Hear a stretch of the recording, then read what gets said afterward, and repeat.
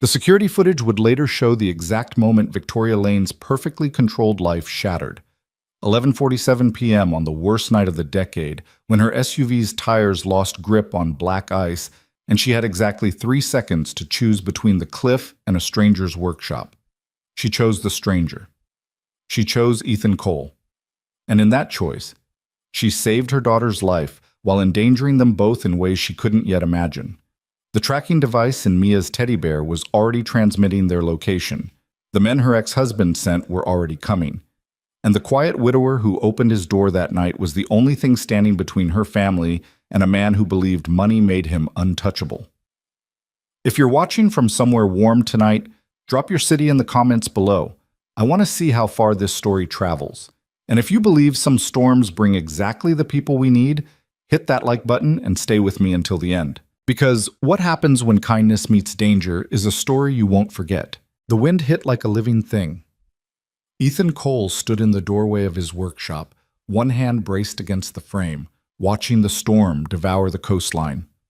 Snow came in waves, thick, horizontal sheets that turned the streetlights into useless halos of white. The ocean, normally visible from his second-floor apartment windows, had vanished entirely. Even the sound of it was gone, swallowed by the roar of wind that shook the building's bones. He'd lived through nor'easters before, grew up with them. But this one felt different, angrier.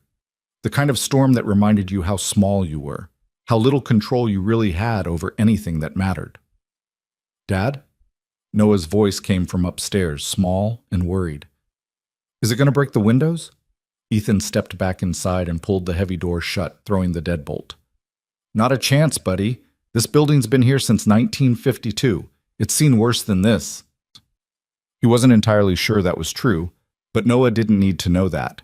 The boy was 11, old enough to sense when his father was worried, but young enough to still believe him when Ethan said everything would be okay. Upstairs, the apartment above the workshop felt like a ship at sea, creaking, shifting, surrounded by chaos but holding steady. Ethan had built most of the furniture himself over the years. Solid oak table, chairs that didn't wobble, shelves lined with books and framed photos, the most prominent showing a woman with kind eyes and Noah's same smile. Sarah.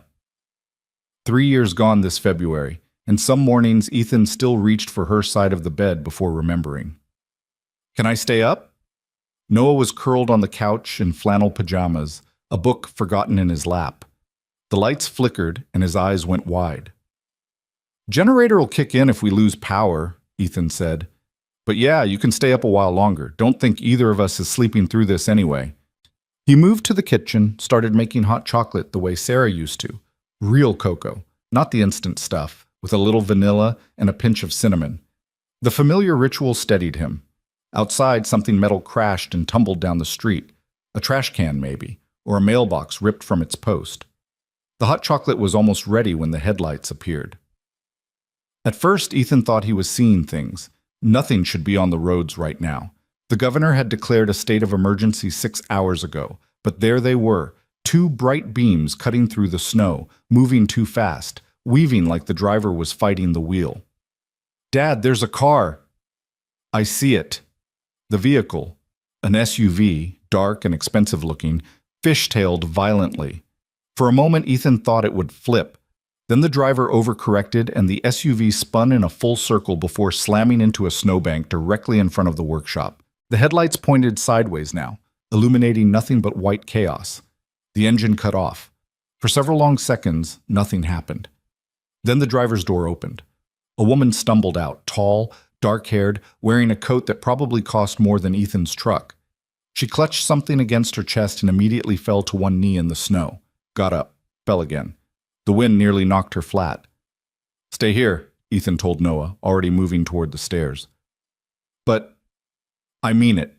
Do not open that door unless I tell you." He grabbed his heavy jacket from the hook, pulled on boots, and descended the interior staircase that led to the workshop. The space smelled like sawdust and varnish, familiar and grounding. Half-finished furniture lined the walls. A dresser, 2 chairs, a cradle he'd been working on for a customer expecting twins. His tools hung in precise order, each in its place. Order, control. The things he could manage when everything else felt impossible. The woman was at the door now, pounding with one fist. The other arm still held whatever she'd been clutching. No, not whatever. Someone. A child, wrapped in a blanket. Ethan threw the deadbolt and pulled the door open. The wind tried to rip it from his hands. Please! The woman's voice was raw, desperate. Please, I need help. My daughter. Get inside. Now! He didn't wait for her to move, just reached out and pulled her across the threshold. Snow came with her, swirling into the workshop like it had been waiting for the invitation. Ethan forced the door shut and locked it again. The woman stood dripping on his floor, shaking so hard her teeth chattered. The child in her arms, 4, maybe 5 years old, was crying softly, face buried against her mother's shoulder. "Thank you," the woman managed.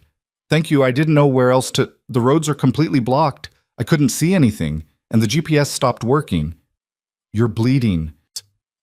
She looked down at her hand, seeming to notice for the first time that blood was running from a cut across her palm. "The airbag.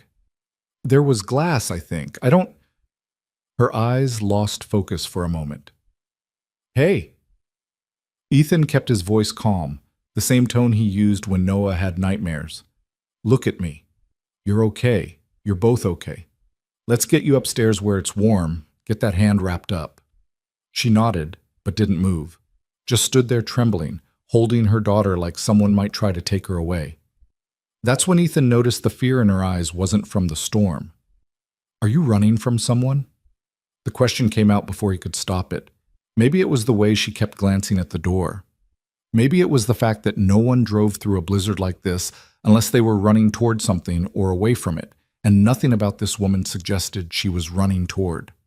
Her face went very still. I can't." She looked at her daughter, then back at Ethan. "Yes."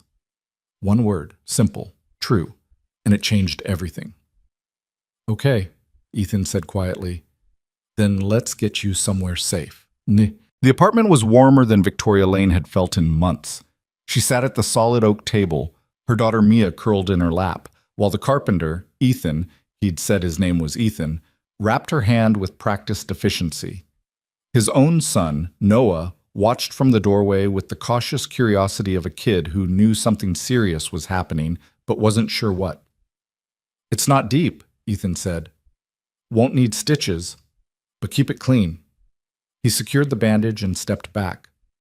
"I'll get you both some dry clothes, and that hot chocolate's probably cold by now, but I can make more." "You don't have to—" Victoria started, but her voice cracked. She was so tired, so impossibly tired. "I know I don't have to. I want to." There was no performance in the way he said it, no expectation of gratitude or recognition, just simple human decency offered without calculation. And Victoria had been in corporate boardrooms long enough to know how rare that was. Mia shifted in her lap. "Mama, I'm cold." "I know, baby. We're going to get you warm, okay?" Ethan disappeared into a bedroom and returned with clothes, sweatpants, a flannel shirt, thick socks. "They'll be big on you, but they're clean and dry. Bathroom's down the hall." He handed a smaller set to Mia. And these were Noah's from last year. Might fit better. Noah finally stepped fully into the room. "Is she staying?" He looked at Mia, then at his father. "Because of the storm?" "Yeah, buddy, for tonight at least." "Cool." Noah moved closer, crouched down to Mia's level. "I'm Noah. I'm 11. How old are you?" Mia looked at her mother for permission. Victoria nodded, and the little girl held up 4 fingers. "Almost 5. That's pretty cool. Do you like dinosaurs?" A tiny smile appeared on Mia's face. She nodded. "Come on, I'll show you my collection. I have a T-Rex that roars and everything." Before Victoria could object, Mia slid off her lap and followed Noah down the hall, already asking questions about whether the T-Rex was scary or nice. And just like that, Victoria was alone with Ethan Cole. He poured 2 mugs of coffee, the hot chocolate clearly abandoned, and set one in front of her before taking the chair across the table. Not too close. Respectful of space. Everything about him seemed intentional, measured. She'd bet anything he'd been military once. "You don't have to tell me anything," Ethan said, "but if someone's looking for you, I need to know if they're dangerous. Because my son's in the next room, and his safety comes first. Fair. More than fair. Victoria wrapped her hands around the coffee mug, letting the heat seep into her fingers. Outside, the wind screamed. Inside, she could hear Noah and Mia laughing about something. "His name is Marcus Lane," she said finally. "My ex-husband. And yes, he's dangerous." The story came out in pieces. Halting. Careful at first, then faster, like a dam breaking. Victoria Lane, CEO of Lane Cosmetics, a company she'd built from nothing into a multi-million-dollar empire, had married Marcus Lane 5 years ago. He was old money, connections, the kind of man who opened doors just by walking through them. At first, it seemed perfect. He supported her business, doted on Mia, played the role of devoted husband and father, but money and power were Marcus's real loves. Control was his religion. It started small. Questions about where she'd been, who she'd talked to, then suggestions about what she should wear, who she should hire, which deals she should take. When she pushed back, he became cold, distant. And when that didn't work, he became something else. "He never hit me," Victoria said, staring into her coffee. "People always ask that, like it's the only thing that counts. But he didn't have to. He knew exactly how to make me feel small without leaving a mark." The isolation came next. Friends who stopped calling, family members who suddenly couldn't make time, business partners who withdrew from deals. All of it orchestrated so carefully that Victoria didn't see the pattern until she was already trapped in it.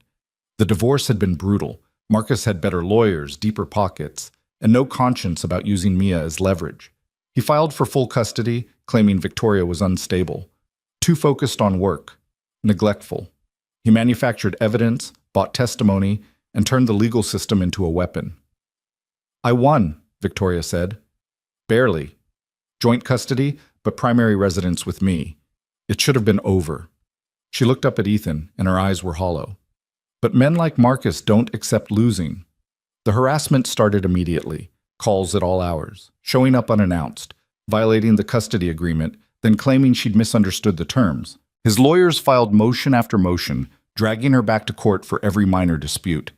It was death by 1,000 cuts, designed to exhaust her, break her, make her give up. Then tonight, Victoria had been going through Mia's things, packing for what was supposed to be a weekend trip, and found the tracking device. It was hidden inside Mia's favorite stuffed bear, the one Marcus had given her for her birthday. A tiny GPS chip sewn into the seam so carefully that Victoria almost missed it. But once she found it, everything clicked into place. Every time Marcus had shown up coincidentally at the same restaurant, the same park, the same store. He'd been tracking them for months. "I panicked," Victoria said. "I just grabbed Mia and got in the car. I didn't have a plan. I just knew I had to run." "And you drove into a blizzard." "I wasn't thinking clearly. By the time I realized how bad the storm was, the roads were already impossible." She closed her eyes. "I'm not this person. I'm not someone who runs. I build companies. I negotiate contracts worth millions. I don't fall apart." "You didn't fall apart," Ethan said quietly. "You protected your daughter." The simple validation nearly undid her.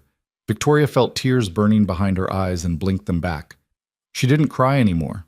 Couldn't afford to. Tears were weakness, and weakness was ammunition for men like Marcus. "Does he know you found the tracker?" Ethan asked. "I don't know. Maybe. I left it in the bear." She looked toward the window where snow continued to fall. "If he's monitoring it, he knows we're here." "Then we should call the police." Victoria laughed, but there was no humor in it. "Marcus plays golf with the police chief. His family donates to the sheriff's re-election campaign. And even if they did come, what would they charge him with? He's her father. He's allowed to give her gifts. I'd sound paranoid, hysterical." She shook her head. "The system protects people like him." Ethan was quiet for a long moment, processing. Victoria could see him weighing options, calculating risks. She recognized the expression. She wore it herself in boardrooms when the stakes were high. "How much does he know about where you were going?" Ethan asked finally. "Nothing specific. I told Mia we were going on an adventure, but I didn't know where we'd end up. I was just driving." "And your phone?" "I left it at home. Just grabbed Mia and went." "Smart." Ethan stood, moved to the window.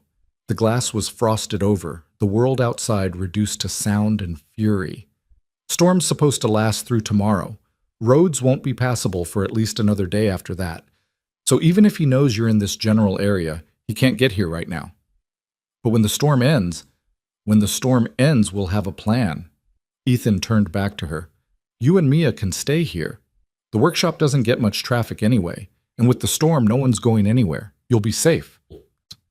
Victoria wanted to argue, wanted to say she couldn't impose, couldn't drag this kind man and his son into her nightmare. But the truth was, she had nowhere else to go. No one else to turn to. Marcus had made sure of that. Why are you helping me? The question came out barely above a whisper. You don't know me. You don't owe me anything. Ethan's expression softened. My wife, Sarah, she used to volunteer at the women's shelter in town. She'd come home and tell me these stories about women who'd been backed into corners by men who thought power gave them the right to own people. He paused, and Victoria could see the weight of memory in his eyes. She always said the worst thing we can do is look away when someone needs help, so I'm not looking away. Something cracked open in Victoria's chest. Not breaking, opening. Like a door she'd kept locked for so long she'd forgotten what was on the other side. Thank you, she said, and meant it more than she'd meant anything in years. Down the hall, Mia's laughter rang out, followed by Noah's. The sound was so normal, so innocent, that it hurt. This was what life should be. This warmth, this safety. Not the cold calculation of custody agreements and restraining orders and tracking devices hidden in teddy bears. Ethan moved toward the hallway. Let me check on them. You should get into those dry clothes, try to warm up. He left, and Victoria sat alone in the quiet kitchen. The storm raged outside, but in here, for the first time in months, she felt like she could breathe. She changed in the bathroom, trading her expensive coat and designer clothes for oversized sweatpants and a flannel shirt that smelled like laundry detergent and wood smoke. When she emerged, she found all three of them in Noah's room, her daughter and this boy she'd just met, playing with plastic dinosaurs on the floor, while Ethan leaned against the doorframe watching them with an expression Victoria couldn't quite name. Peace, maybe, or contentment, the kind that comes from knowing your child is happy and safe. She wanted that. God, she wanted that so badly, it ached. Mama, look! Mia held up a bright green stegosaurus. Noah says this one was a plant eater, and they had plates on their backs for protection. That's pretty cool, baby. Do you want to play with us? Noah asked, scooting over to make room. Victoria glanced at Ethan, who gave a small nod. She lowered herself to the floor, when was the last time she'd sat on the floor to play, and accepted the brachiosaurus Mia handed her. This one's nice, Mia explained seriously. He doesn't bite. Good to know. They played for an hour. Simple, imaginative play, the kind Victoria had almost forgotten existed beneath the pressure of business meetings and legal battles. Noah narrated elaborate scenarios where the dinosaurs had to work together to cross a river made of blankets and avoid a volcano made of pillows. Mia threw herself into it completely, giggling when her T-Rex roared at Noah's Triceratops. And Victoria, CEO of a multi-million-dollar company, sat on the floor in borrowed clothes and played dinosaurs with her daughter and a boy they'd met an hour ago, while a storm tried to tear the world apart outside. It felt like the most honest thing she'd done in years. Eventually, Mia's eyes started to droop. She curled against Victoria's side, thumb in her mouth, a habit she'd broken months ago but returned to when stressed. I should put her to bed, Victoria said softly. My room, Noah offered immediately. She can have my bed. I'll sleep on the couch. You don't have to do that. It's okay. I like the couch. Ethan met Victoria's eyes over the children's heads. Noah's room has a lock on the door, just in case you'd feel safer. Just in case. Such careful words for such a dark possibility. Thank you, Victoria said again. She carried Mia down the hall. Her daughter was getting so big. When had that happened? And tucked her into Noah's bed. The room was exactly what you'd expect from an 11-year-old boy. Posters of astronauts and soccer players, shelves crammed with books and models, a desk covered in drawings and homework. But it was also meticulously clean, organized. The bed frame was handmade, beautiful joinery visible in the headboard. Ethan's work, Victoria realized. He'd built his son a bed the way other fathers bought them from stores. Mama? Mia's voice was sleepy, soft. Are we safe here? Victoria's throat tightened. Yes, baby, we're very safe. I like Noah. I like him too.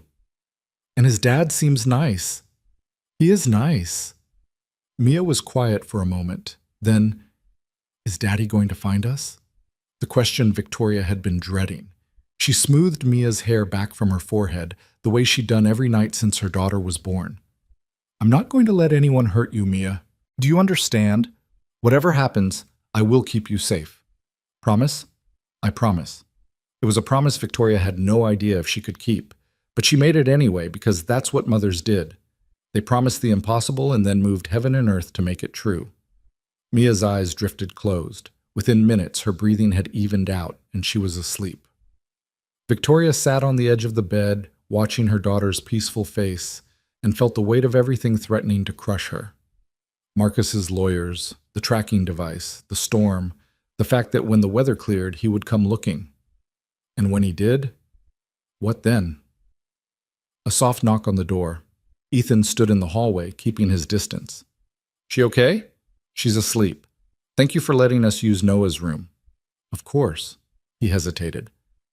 I set up the guest room for you. It's small, but the bed's comfortable. And there's a lock on that door, too. Because he understood. Because unlike so many people who'd looked at Victoria's expensive clothes and successful company and assumed she had everything under control, Ethan saw what she actually needed. Safety. Locks. Barriers between her and the world. I don't know how to repay you for this, Victoria said. You don't need to repay kindness. That's not how it works. She followed him down the hall to a small guest room, simply furnished but warm. Clean sheets, extra blankets folded at the foot of the bed, a glass of water on the nightstand. If you need anything, I'm right across the hall, Ethan said. And Noah's on the couch. You're not alone here. You're not alone. When had she last felt that? When had anyone last offered help without wanting something in return? Ethan? He turned back. Why aren't you married?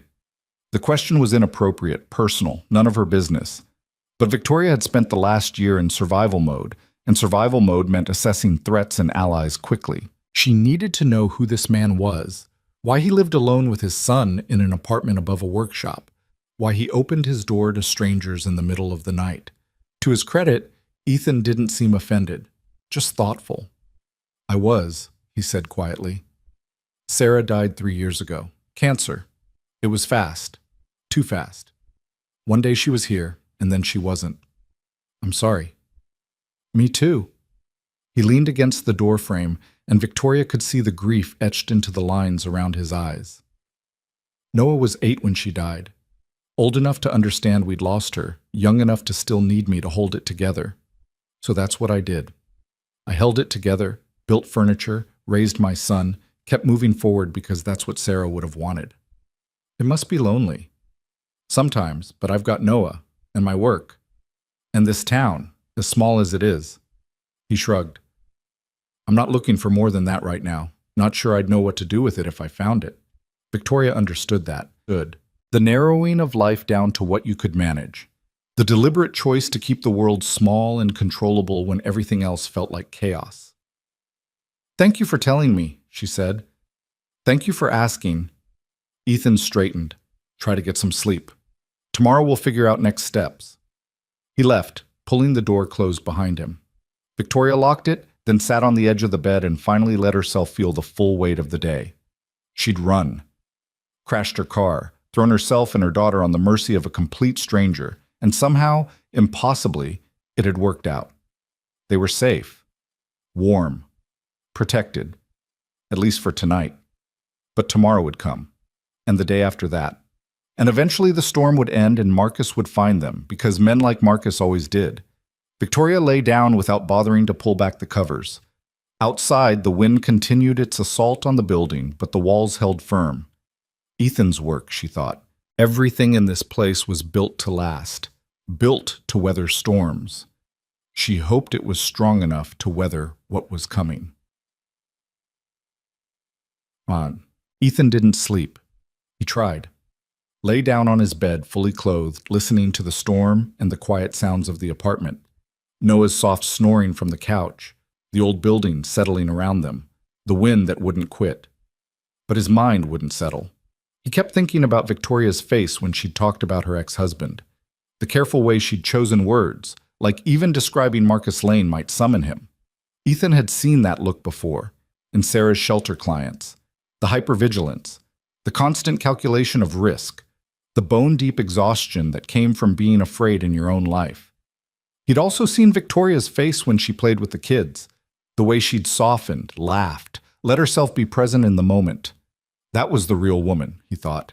The rest was armor, built piece by piece to survive a war she'd never asked to fight. Around 2 in the morning, Ethan gave up on sleep and went downstairs to the workshop. The space was dark and quiet, snow still visible through the windows even without the streetlights. He didn't turn on the overhead lights, just clicked on his work lamp and stood looking at the half-finished cradle he'd been building. Twins on the way for the Henderson family. Due in March. He'd promised delivery by the end of February. His hands moved automatically, picking up sandpaper, smoothing the wood grain. The repetitive motion was meditation. Sarah used to joke that he thought with his hands, that his best ideas came when he was working, not sitting still. She'd been right. She usually was. If Sarah were here, what would she say about the woman upstairs? About the choice Ethan had made to let her in, to offer safety to someone being hunted by a man who sounded dangerous? But Ethan already knew the answer. Sarah would have done exactly what he did. Probably would have done more. Would have already called in favors, contacted lawyers, started building a network of support for Victoria and Mia. That's who Sarah had been. A fighter for people who couldn't fight for themselves. Ethan was trying to honor that. But truth was, he wasn't Sarah. He was a carpenter with a son to protect. He didn't have her connections, her fearlessness, her absolute certainty that doing the right thing would somehow work out.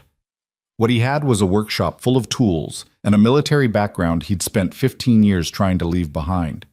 He set down the sandpaper and moved to the window, looking out at the storm. Nothing was visible except white chaos and darkness. But somewhere out there was a man with money and power and a willingness to use both to control a woman who dared to leave him. Ethan had met men like that before, in combat zones usually. Warlords who thought might made right, officers who abused their rank. He'd learned early that such men only understood one language, force. But this wasn't a war zone. This was a small coastal town in America, where the rule of law was supposed to mean something, where restraining orders and custody agreements were supposed to protect people. Except they didn't always work, did they? Sarah's shelter had been full of women with restraining orders and men who violated them anyway.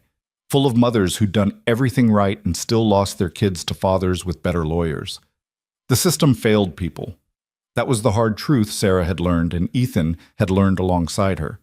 Sometimes doing the right thing meant working outside the system. He stood at the window for a long time, thinking, planning. By the time he went back upstairs, dawn was starting to break, though you couldn't tell from the sky, still choked with snow. Noah was awake, reading on the couch with a blanket wrapped around him.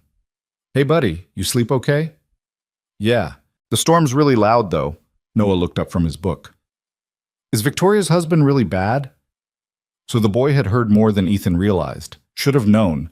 Noah was quiet, observant, missed very little. "Her ex-husband," Ethan corrected. "And yeah, he's not a good man. Are you going to help her?" "I'm going to try." "Good." Noah went back to his book, the matter settled in his mind with the easy certainty of childhood. If Dad was helping, then everything would be okay. Ethan wished he had that kind of faith. He made breakfast, pancakes, bacon, scrambled eggs, comfort food. By the time the smell filled the apartment, Mia emerged from Noah's room, rubbing her eyes, followed shortly by Victoria. The woman looked better than she had last night.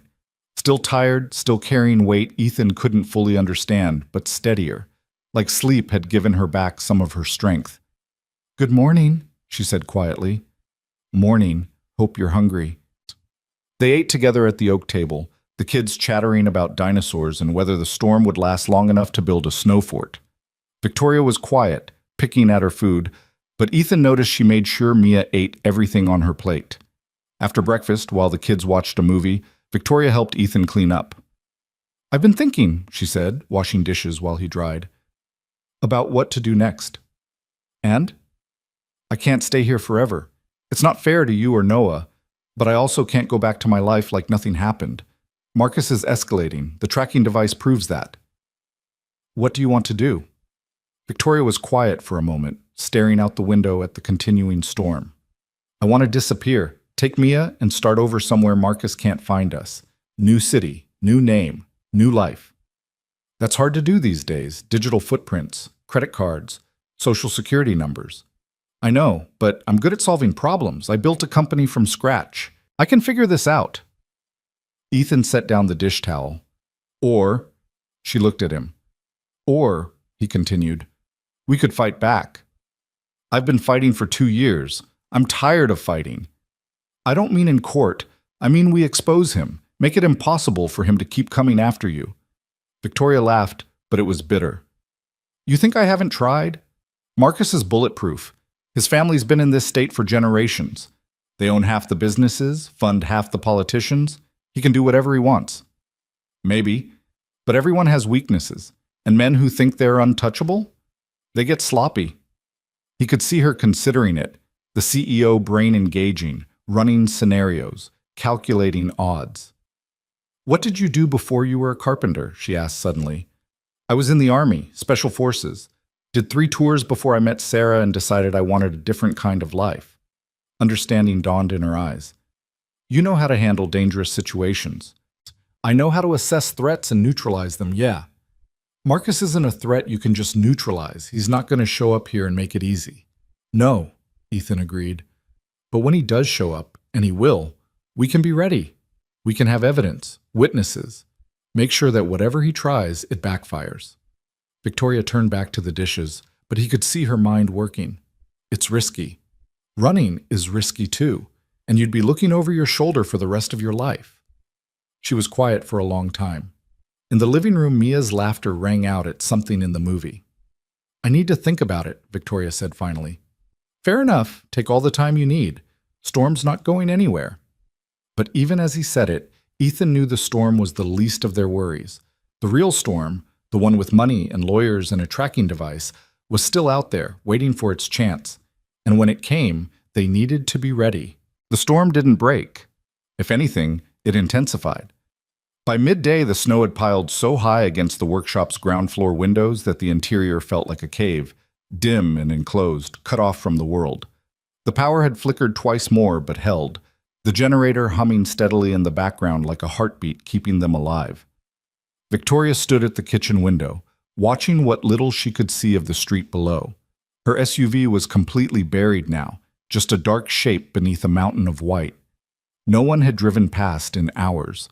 The town might as well have ceased to exist. Behind her, Noah was teaching Mia how to play checkers at the kitchen table, their voices a gentle murmur of instruction and questions. Ethan had gone downstairs an hour ago to check the building's foundation and clear the emergency exits, just in case, always planning for worst-case scenarios. Victoria recognized the mindset. She'd lived that way herself for 2 years now. Her phone, Marcus's phone, technically, the one he'd insisted on buying her, the one she now realized had probably been compromised from the start, sat on the counter where she'd left it last night. She'd turned it off, pulled the SIM card, but even looking at it made her skin crawl. How many times had he listened to her calls, read her messages, tracked her every movement while pretending to respect the custody agreement? The violation of it turned her stomach. Your turn, Victoria, Mia's voice pulled her back to the present. You have to jump Noah's piece. She turned to find both children looking at her expectantly. When had they started calling her by her first name? Mia usually insisted everyone call her Mama, even in front of strangers. I'm playing? Victoria moved to the table. We're doing teams, Noah explained. Me and Mia against you and Dad. We're winning. We're definitely winning, Mia confirmed, giggling. Victoria studied the board. She was competitive by nature. You didn't build a multi-million-dollar company without that drive. But this was different. Lower stakes. Pure fun. When was the last time she'd played a game just for the joy of it? She made her move. Noah immediately countered, jumping 3 of her pieces in a sequence she hadn't seen coming. Oh, you're good, Victoria said, genuinely impressed. Dad taught me. He says checkers is all about seeing 3 moves ahead. Noah set up for another jump. He says that's how you build furniture, too. You have to know where you're going before you start cutting wood. Your dad sounds very wise. He is. Noah said it with such simple certainty that Victoria felt something twist in her chest. When had Mia last talked about Marcus that way? Had she ever? The door to the stairwell opened and Ethan emerged carrying an armload of firewood. Snow dusted his shoulders and hair, melting almost immediately in the apartment's warmth. Good news and bad news, he said, setting the wood by the fireplace. Good news is the building's solid. No structural damage, emergency exits are clear. Bad news is we've got at least another 24 hours of this, maybe more. The roads? Victoria asked. Completely impassable. Even the plows can't get through right now. States shut down the entire coastal highway. He brushed snow from his jacket. We're stuck here until it breaks. Stuck.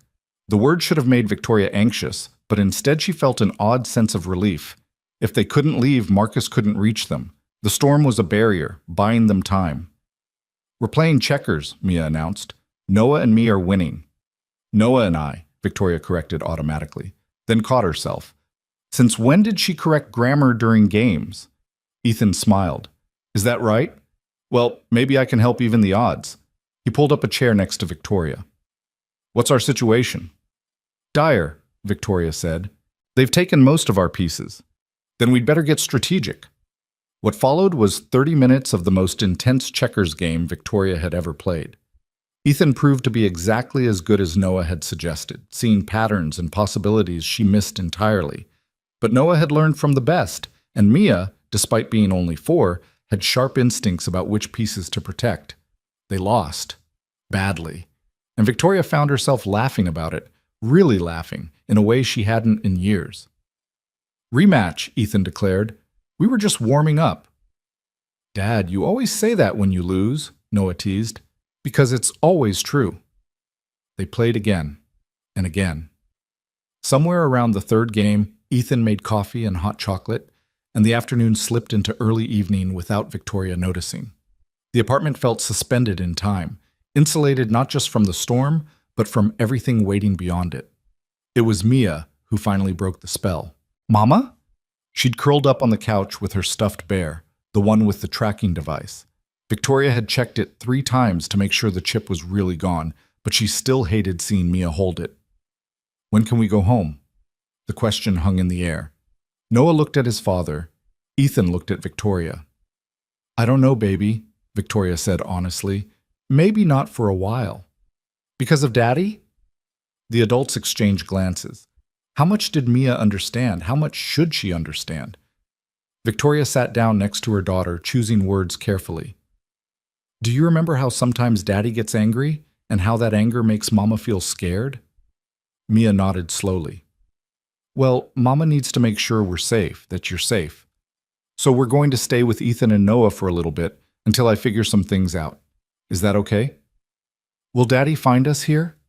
The question Victoria had been dreading.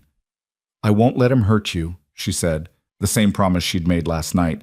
No matter what happens, I will keep you safe. Mia considered this with the seriousness of a child who'd learned too young that the world wasn't always kind. Then she looked at Ethan. Will you help Mama keep us safe? Ethan didn't hesitate. Yes. Promise? I promise. Satisfied, Mia returned to her bear, whispering secrets to it the way children do. But Victoria saw Ethan's expression, saw the weight of that promise settling onto his shoulders. He'd just committed himself to a fight that wasn't his, against an opponent with resources and connections Ethan couldn't match. And he'd done it for a woman and child he'd known less than 24 hours. Later, after the kids were in bed, Mia in Noah's room again, Noah happy on the couch, Victoria found Ethan in the workshop. He was at his workbench, tools spread out in careful order, working on something small. As she got closer, Victoria realized it was a wooden puzzle box, intricate and beautiful. For Mia, Ethan said without looking up. Thought she might like something to play with. Gets boring being stuck inside during a storm. Victoria watched his hands move, precise and confident, every cut deliberate, every piece fitting exactly where it should. You didn't have to promise her that, she said quietly. Promise what? That you'd keep us safe. You don't owe us that. Ethan set down his chisel and finally looked at her. I made that promise because I meant it, not because I owe you anything. But if Marcus comes, then we'll deal with it. You don't understand what he's capable of. Victoria's voice rose despite herself. He doesn't fight fair. He'll use lawyers, money, connections. He'll dig into your life, find every vulnerability, and exploit it. He'll turn this whole town against you if it serves his purpose. Let him try. The quiet certainty in Ethan's voice stopped her. I've dealt with worse than Marcus Lane, he continued. I've been shot at by people who wanted me dead for reasons I couldn't control. I've watched friends die in deserts half a world away. Your ex-husband is a bully with money. He's not the first bully I've faced, and bullies are all the same. They rely on people being too scared to stand up to them. And you're not scared? I didn't say that. I said I've dealt with worse. Ethan picked up the puzzle box, examined it from different angles. Fear is information. It tells you what matters, what you need to protect. Being scared of someone like Marcus means you understand he's dangerous. That's smart. But letting that fear stop you from fighting back? That's how he wins. Victoria sank onto a stool, suddenly exhausted. I've been fighting for so long. I'm so tired of being afraid. I know, but you're not fighting alone anymore. The words cracked something open inside her. Not breaking. She'd been broken before and put herself back together. This was different. This was the relief of a burden shared, even temporarily. Why are you really doing this? She asked. And don't say it's because Sarah would have wanted you to. I need to know what you're getting out of this. Ethan was quiet for a long moment, still working on the puzzle box. When he finally spoke, his voice was softer. After Sarah died, I was angry. At the universe, at God, at the cancer that took her too fast for us to even say goodbye properly. Noah needed me to hold it together, so I did. But inside, I was furious at how unfair it all was. He set down the box. Then one day, maybe 6 months after the funeral, this woman showed up at the workshop. Said Sarah had helped her years ago at the shelter. Got her out of a bad situation, found her a job, gave her a place to stay until she could stand on her own feet. This woman had built a whole new life because Sarah took the time to see her as a person worth saving. Victoria watched his face, saw the grief and love tangled together. Sarah saw people, Ethan continued, really saw them. Not their circumstances or their mistakes, but who they were underneath. And she had this absolute faith that if you helped someone when they needed it, they'd pass that kindness forward, create ripples. He looked at Victoria. So when you showed up in that storm with your daughter, scared and running, I didn't see a stranger. I saw someone Sarah would have helped, and I realized I could either honor her memory by looking away or by being the kind of person she believed people could be. She sounds remarkable. She was. Too good for me, honestly. But she loved me anyway. His smile was sad and genuine. So to answer your question, I'm not getting anything out of this. I'm just trying to be someone my wife would still recognize, someone my son can be proud of. And if that means standing between you and a man who thinks he owns you, then that's what I'll do. Victoria felt tears threatening and blinked them back. She'd cried more in the last 24 hours than in the previous 2 years combined. But these tears were different, not from fear or exhaustion, but from something she'd almost forgotten existed. Hope. Tell me about your company, Ethan said, changing the subject with the gentleness of someone who recognized when another person needed space.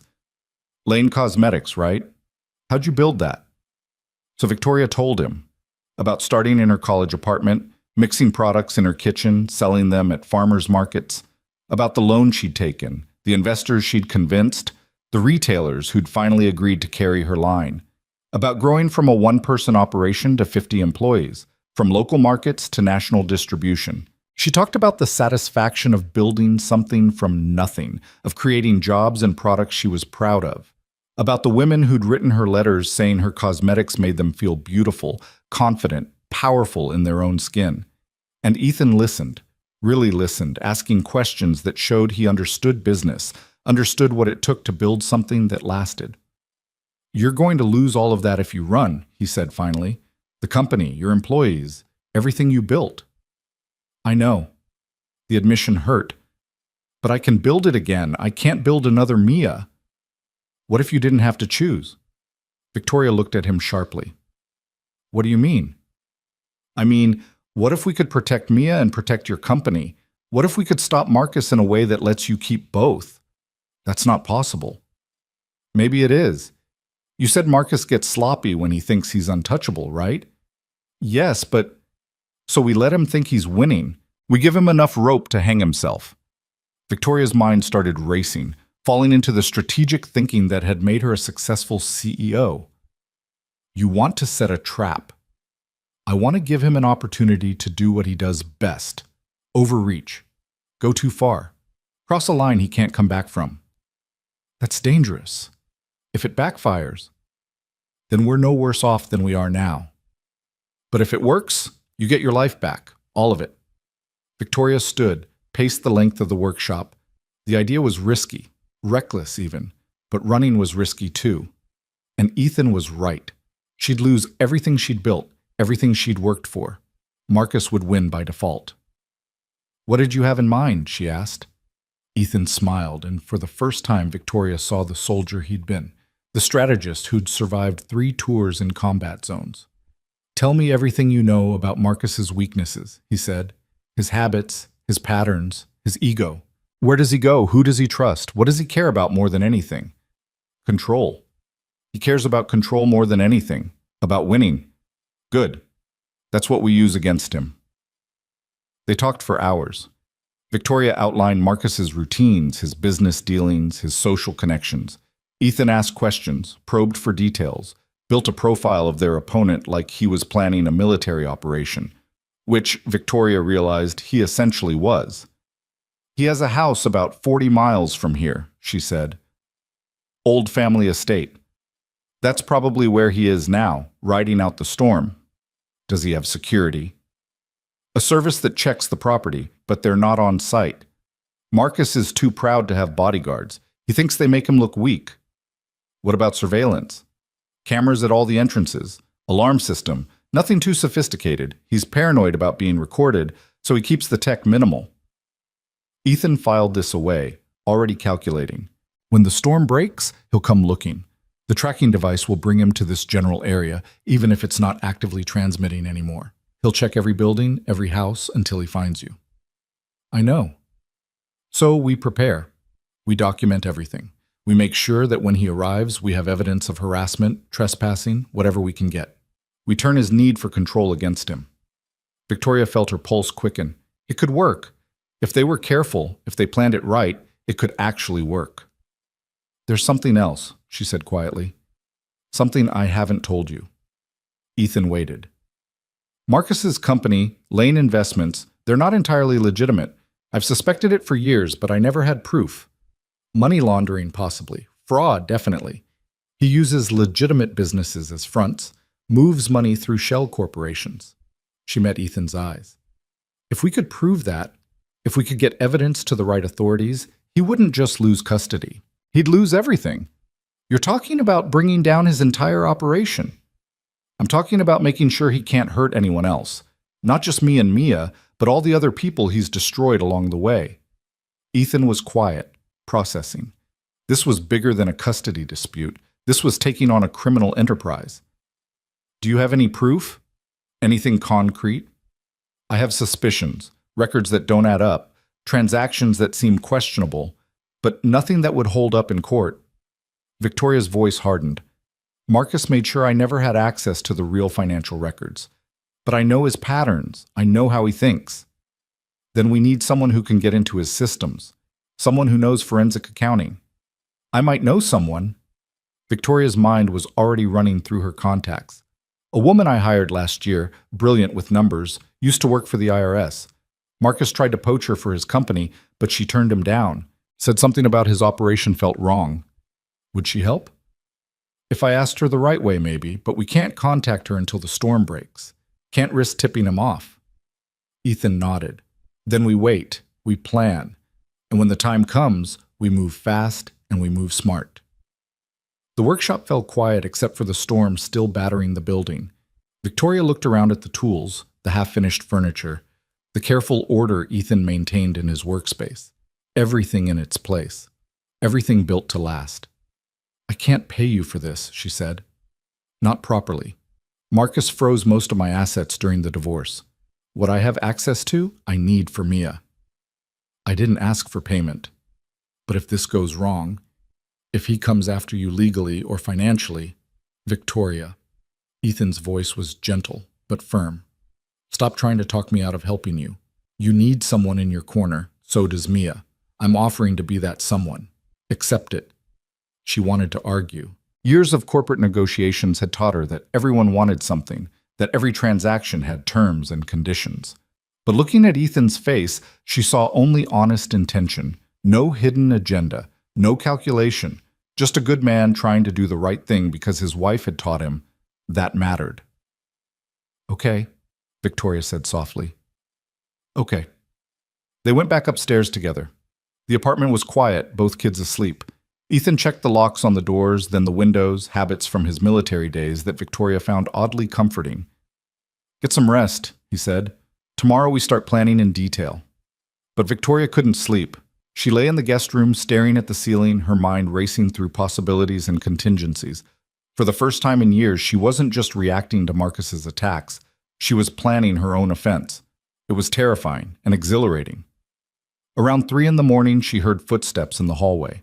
A moment later, soft knocking on her door. Victoria? It's Mia. She's asking for you. Victoria was out of bed immediately, following Ethan to Noah's room. Mia was sitting up in bed, crying quietly, clutching her bear. Mama, I had a bad dream. Oh, baby. Victoria gathered her daughter into her arms. It's okay. I'm here. Daddy was there. He was angry. He said I had to go with him and leave you behind. Victoria's heart clenched. That's not going to happen. No one is taking you anywhere. But what if he makes me? What if the judge says I have to go?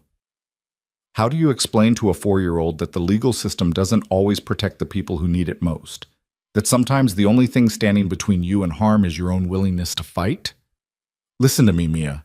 Victoria pulled back so she could see her daughter's face. I know you're scared. I'm scared too sometimes. But being scared doesn't mean we give up. It means we're smart enough to know when something matters. And you matter more than anything in the whole world. More than your company? The question surprised her. Did you hear me talking about that? Mia nodded. You told Ethan you might lose it. Victoria glanced at Ethan, who stood in the doorway giving them space but ready to help if needed. Then she looked back at her daughter. Yes, she said firmly. You matter more than my company. More than anything I've ever built or will build. You're my daughter, and I love you more than anything. Even more than Daddy? The question cut deep. How did you tell your child that you'd once loved their father, but that love had curdled into something toxic and dangerous? I love you differently than I love Daddy, Victoria said carefully. The love between a parent and child is forever. It doesn't change, but love between adults is more complicated. Sometimes people change, and the love changes with them. Mia processed this, her young mind working through concepts too complex for her age. Is Ethan going to be my new daddy? Victoria felt heat rise to her cheeks. No, baby. Ethan is our friend. He's helping us, but that doesn't make him your father. But he's nice, and Noah's nice. Can they be our family? Out of the mouths of children. Victoria met Ethan's eyes over Mia's head, saw surprise and something else, understanding maybe, or recognition of the same loneliness that had lived in Victoria for years. How about we just think of them as very good friends right now? Victoria suggested. Is that okay? Mia considered this, then nodded. Okay, but if they want to be family later, that would be okay too. Despite everything, the storm, the danger, the impossible situation they were in, Victoria almost laughed. Leave it to a 4-year-old to cut through complexity and get straight to the heart of things. I'll keep that in mind, she said. Now, do you think you can sleep? Will you stay with me? Of course. Victoria settled into Noah's bed with her daughter, and Ethan quietly closed the door. Within minutes, Mia was asleep again, her breathing even and peaceful. But Victoria stayed awake, thinking about her daughter's question. Could Ethan and Noah be family? Was that even possible? She barely knew them. And yet, in less than 2 days, they'd shown her more genuine kindness than Marcus had in 5 years of marriage. Family wasn't just blood, Victoria realized. It was people who showed up when you needed them. who kept their promises, who saw you at your worst and chose to stay anyway. By that definition, maybe family was exactly what they were becoming. Outside, the storm finally began to ease. The wind dropped from a roar to a steady blow. The snow still fell, but lighter now, gentler. The worst was passing. But Victoria knew the real storm, the one named Marcus Lane, was still coming. And when it arrived, they'd better be ready. The storm broke on the third morning, but the silence it left behind felt more ominous than the howling wind had been. Victoria woke to weak sunlight filtering through the guest room window and the unsettling quiet of a world buried in snow.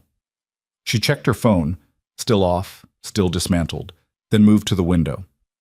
The street below was unrecognizable, transformed into a landscape of white drifts and buried cars. Her SUV had completely disappeared beneath the snow. In the kitchen, Ethan was already awake, coffee brewing, his laptop open on the table. He looked up when she entered. "Roads are still closed," he said without preamble. "But the plows started working at dawn. They're saying maybe by tonight, maybe tomorrow morning for the main routes." He paused. "Which means Marcus could be here as early as tomorrow afternoon." The words settled like stones in Victoria's stomach. She'd known this moment was coming, had spent the last 2 days preparing for it, but the reality still hit hard. "Then we need to move fast." She poured herself coffee, her hand steady, despite the fear coursing through her. "Can I use your laptop? I need to reach out to some people." "It's secure. I use a VPN, and I wipe the browser history. Nothing traces back to this location." Of course he did. Victoria was beginning to understand that Ethan's careful nature extended to everything. He didn't just build furniture that lasted. He built safety into every aspect of his life. It was what made him a good father, what made him someone worth trusting. She sat down and opened a new browser window, then hesitated. "The woman I mentioned, the forensic accountant, her name is Jennifer Hayes. We worked together on restructuring Lane Cosmetics' supply chain last year. She's brilliant, discreet, and she already thinks Marcus is dirty. Will she help without asking too many questions?" Jennifer's not the type to look away from financial crimes. If I can give her enough to go on, she'll pursue it. Victoria's fingers hovered over the keyboard. But contacting her puts her at risk too. If Marcus finds out she's investigating him, then we make sure he doesn't find out until it's too late. Ethan leaned back in his chair. "What do you need from her?" "Access to Marcus's financial records. Real access, not the sanitized versions he shows investors. If he's laundering money or committing fraud, the evidence will be in the transaction histories, the shell company transfers, the offshore accounts." "Can she get that kind of access legally?" Victoria smiled grimly. "Jennifer has contacts at the IRS and the FBI. If I can give her reasonable suspicion of financial crimes, she can get a subpoena. Once she has that, Marcus's lawyers can delay, but they can't stop her." "Then reach out, but be careful. Don't give away our location, and don't mention me or Noah." Victoria composed the email carefully, using a temporary account she created just for this purpose. She kept it vague but pointed, mentioned concerns about Marcus's business practices, referenced specific transactions that had troubled her during their marriage, asked if Jennifer would be willing to look into some irregularities on a confidential basis. She hit send and closed the laptop, suddenly exhausted despite having just woken up. "Now what?" she asked. "Now we prepare the house. If Marcus shows up, I want every interaction documented. I'm setting up cameras in the workshop and the exterior entrances. Anything he does, anything he says, it's all on record. He'll have lawyers claim you're violating his privacy. He's on my property uninvited. I have every right to record what happens here." Ethan stood, moved to the window. "The question is what we do when he arrives. Do we let him in? Refuse to engage? Call the police immediately?" Victoria thought about it, running through scenarios the way she would analyze a business deal. If we refuse to engage, he'll escalate. He'll claim I'm keeping Mia from him in violation of the custody agreement. If we let him in, he'll try to take her. If we call the police right away, they might side with him, Ethan finished. Local cops, local family, local influence. Exactly. Victoria rubbed her temples. We need leverage, something that makes the police take our side regardless of Marcus's connections. Then we need him to make the first aggressive move, something undeniable. The thought made Victoria's skin crawl, but she knew Ethan was right. They needed Marcus to reveal himself, not the polished public persona, but the controlling, dangerous man underneath. He won't do it in front of witnesses, she said. He's too smart for that. Everything he does in private. Behind closed doors where it's my word against his. Then we make sure there are no closed doors. Everything stays visible. Everything stays recorded. Footsteps on the stairs announced the children's arrival. Mia appeared first, still in her pajamas, followed by Noah carrying the wooden puzzle box Ethan had finished the night before. "Look what Ethan made you," Noah said, presenting it to Mia with the pride of someone showing off his father's work. Mia's eyes went wide. She took the box carefully, turning it over in her small hands. "It's beautiful. How does it open?" "You have to figure out the puzzle," Ethan explained, crouching down to her level. "See these pieces? They slide in a certain order. If you do it right, the box opens, and there's a surprise inside." "What kind of surprise?" "You'll have to solve it to find out." Mia immediately sat down on the floor, completely absorbed in the challenge. Noah sat beside her, offering hints when she got frustrated but letting her work through the logic herself. Victoria watched them, feeling that now familiar twist in her chest. This was what childhood should look like. Play and puzzles and patience, not fear and tracking devices and custody battles. "We should tell them," she said quietly to Ethan, "about what might happen. They deserve to be prepared." "Agreed, but carefully. We don't want to scare them more than necessary." They waited until after breakfast, when the kids were settled at the table with hot chocolate and the puzzle box between them. Mia had gotten 2 of the sliding pieces to move, but couldn't figure out the sequence for the third. "Noah, Mia," Ethan began, his voice calm but serious. "We need to talk to you about something important." Both children looked up, immediately attentive. Kids always knew when adults were about to say something that mattered. "You know how the roads are starting to clear?" Ethan continued. "That means people will be able to travel again soon, and one of those people might be Mia's father." Mia's hand tightened on the puzzle box. Noah glanced at his dad, then at Victoria, reading the room with the perceptiveness of a child who'd learned to watch for his parents' moods. "Is he coming here?" Noah asked. "We don't know for sure," Victoria said. "But it's possible. And if he does, we need everyone to stay calm and remember some important rules." "What rules?" Mia's voice was small. Victoria chose her words carefully. "First, you stay with me or Ethan at all times. No going off by yourself, even if Daddy asks you to. Second, if anything feels scary or wrong, you tell us immediately. And third, you remember that Noah's home is a safe place. We're all going to make sure it stays that way." "What if Daddy tries to take me?" Mia asked, the question Victoria had been dreading. "He can't take you without my permission, baby. That's what the custody agreement says." "But what if he doesn't care about the agreement?" Out of the mouths of children, Victoria thought again. Mia understood far more than she should have to. "Then Ethan and I will stop him," Victoria said firmly. "And if we need help, we'll call the police. But I promise you, Mia, no one is taking you anywhere you don't want to go." Noah had been quiet, processing. Now he spoke up. "Dad, are we in danger?" Ethan met his son's eyes with complete honesty. "There might be some conflict, some raised voices, but I'm not going to let anyone hurt you or Mia or Victoria. That's a promise." "What do you want me to do?" The question revealed everything about how Ethan had raised this boy. Not what should I do, but what do you want me to do? Noah was ready to help, to be part of the solution. "I want you to be smart," Ethan said. "If things get tense, I want you to take Mia and go to your room. Lock the door, and if I tell you to call 911, you do it immediately. Can you do that?" Noah nodded, his young face set with determination. "I can do that." Mia looked between the adults, then at Noah. "Are you scared?" she asked him. "A little," Noah admitted. "But my dad says being scared just means you're smart enough to know when something's important, and keeping you safe is important." Mia considered this, then returned to her puzzle box with renewed focus. If Noah could be brave, so could she. Victoria caught Ethan's eye across the table, saw the same thought reflected there. These kids were tougher than they looked. They'd have to be for what was coming. The rest of the morning passed in preparation. Ethan installed small cameras at the workshop's entrance and in the stairwell, positioning them to capture audio and video without being immediately obvious. He tested each one, made sure the footage was uploading to a secure cloud server that Marcus couldn't access or erase.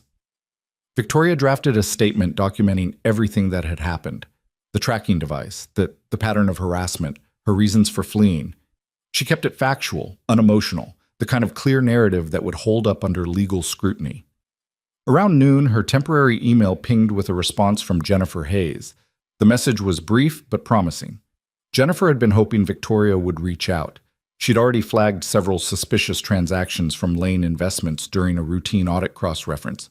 If Victoria could provide more specific information about timing and accounts, Jennifer could build a case for investigation. "She's interested," Victoria told Ethan, showing him the email. "She wants details about Marcus's offshore holdings and shell companies." "Do you have that information?" "Some of it." Marcus was careful, but he was also arrogant. He assumed I wasn't paying attention during our marriage. Victoria's smile was sharp. "I was always paying attention." She spent the next hour composing a detailed response, pulling from memory the account numbers, company names, and transaction patterns she'd noticed over the years. Every business dinner where Marcus had taken calls in the other room. Every document he'd left on his desk that she'd glanced at in passing. Every conversation with his business partners that had struck her as off. She'd filed it all away, not knowing if she'd ever need it. Now it might be the ammunition that brought him down. "Sent," she said, closing the laptop. Now we wait. But the waiting was the hardest part. By mid-afternoon, the children's restlessness was palpable. 3 days cooped up inside had taken its toll. Noah kept gravitating to the windows, watching the plows work their way down the street. Mia had solved the puzzle box. The surprise inside was a small carved wooden heart, but now she clutched it anxiously, her earlier joy replaced by worry. "They need to get outside," Ethan said. "Burn off some energy before everything gets tense." Victoria wanted to protest, wanted to keep everyone locked inside where she could see them, but she knew he was right. The kids were wound tight, and that would only make things harder when Marcus arrived. "Just in the back courtyard," Ethan continued. "It's enclosed, and I can watch from the window. 20 minutes of fresh air, then back inside." Victoria reluctantly agreed. The courtyard behind the workshop was small but charming, with high brick walls and what was probably a garden under all the snow. Noah and Mia bundled up in borrowed winter gear and tumbled outside like puppies, immediately starting a snowball fight that dissolved into snow angels and attempts to build a snowman from the heavy, wet snow. Victoria watched from the kitchen window, Ethan beside her. For a few minutes, everything felt almost normal. 2 kids playing in the snow. 2 adults watching them, sharing coffee, comfortable in the silence. "Can I ask you something?" Victoria said. "Always." "Are you doing this because of Sarah or because of me?" Ethan considered the question seriously. "Both. Sarah taught me to help people who need it, but I'm staying because I want to. Because I think what Marcus is doing is wrong, and I think you deserve better, you and Mia both." "You barely know me." "I know you're a good mother. I know you're smart and strong and scared but fighting anyway. I know you're trying to protect your daughter from a man who should protect her himself." He turned to face her. "That's enough to know you're worth helping." Victoria felt heat rise to her cheeks, a feeling she hadn't experienced in years. When was the last time someone had looked at her and seen past the CEO facade to the person underneath? "I like you," she said, surprising herself with the admission. "I didn't expect to, but I do." "I like you too." Ethan's smile was gentle, though the timing could be better. "The timing is terrible." "Yeah." He looked back at the children. "But life doesn't wait for perfect timing. Sarah used to say that. She'd say people spend so much time waiting for the right moment that they miss the moment they're in." She really was wise. She was. And she'd like you, I think. She had a soft spot for people who built things. Said it takes a special kind of courage to create something from nothing. They stood together in silence, watching their children play, and Victoria let herself imagine, just for a moment, what life might look like if circumstances were different. If she'd met Ethan before Marcus, or after all of this was settled. If they had time to get to know each other without danger hovering at the edges. But circumstances weren't different, and time was running out. The sound of an engine cut through the quiet. Both adults tensed immediately. Ethan moved to the front window while Victoria called the children inside. Noah and Mia came reluctantly, snow-covered and pink-cheeked, their good mood evaporating when they saw the adults' faces. "Is it him?" Victoria asked. Ethan shook his head. Snowplow, just making another pass.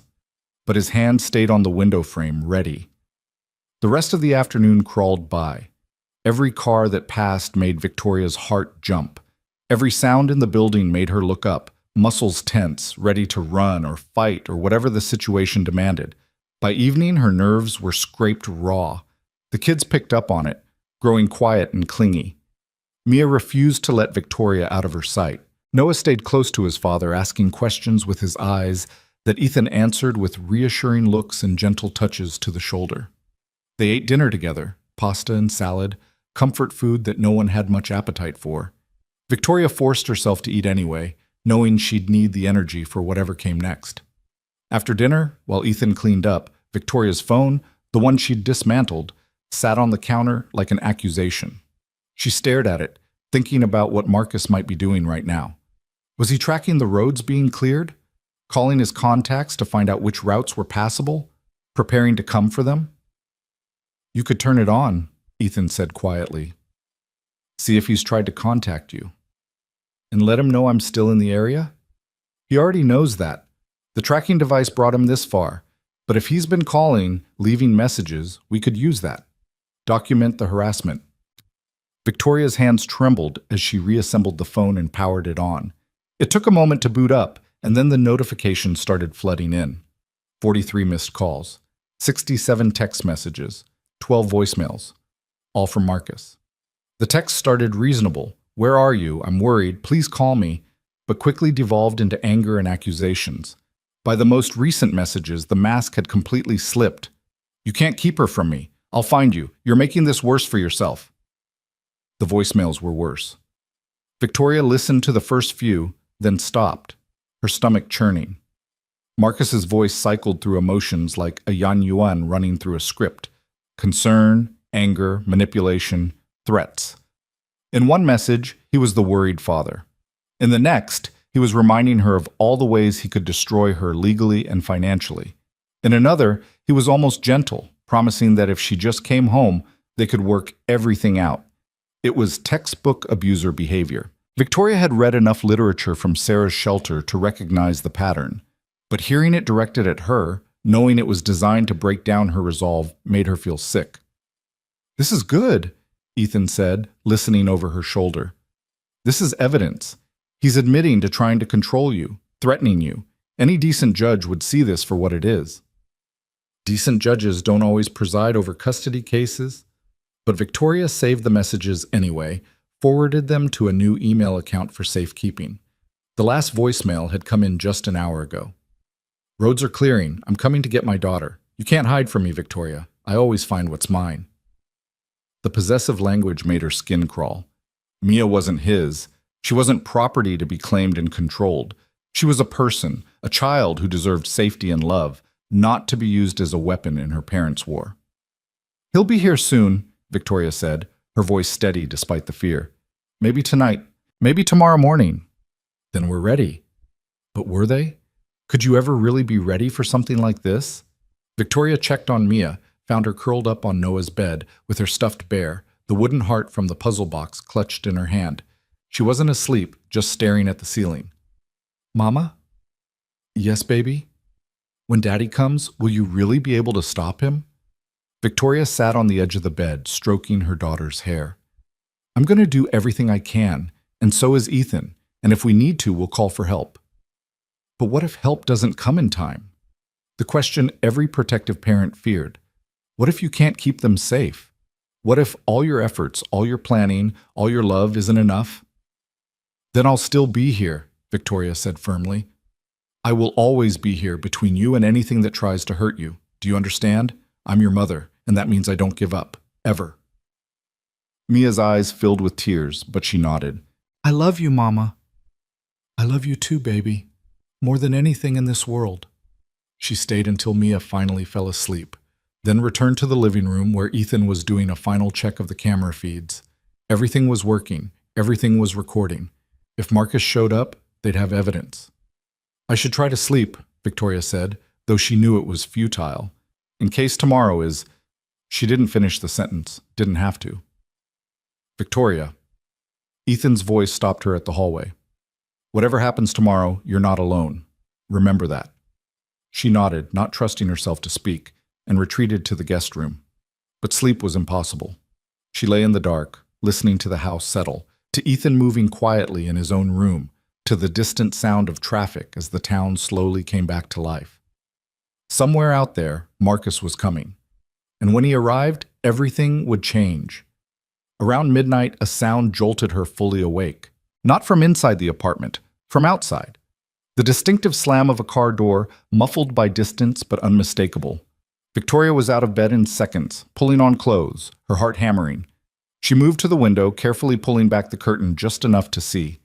3 vehicles in the street below, expensive SUVs, black with tinted windows, and standing beside the lead vehicle, illuminated by the streetlight, was Marcus Lane.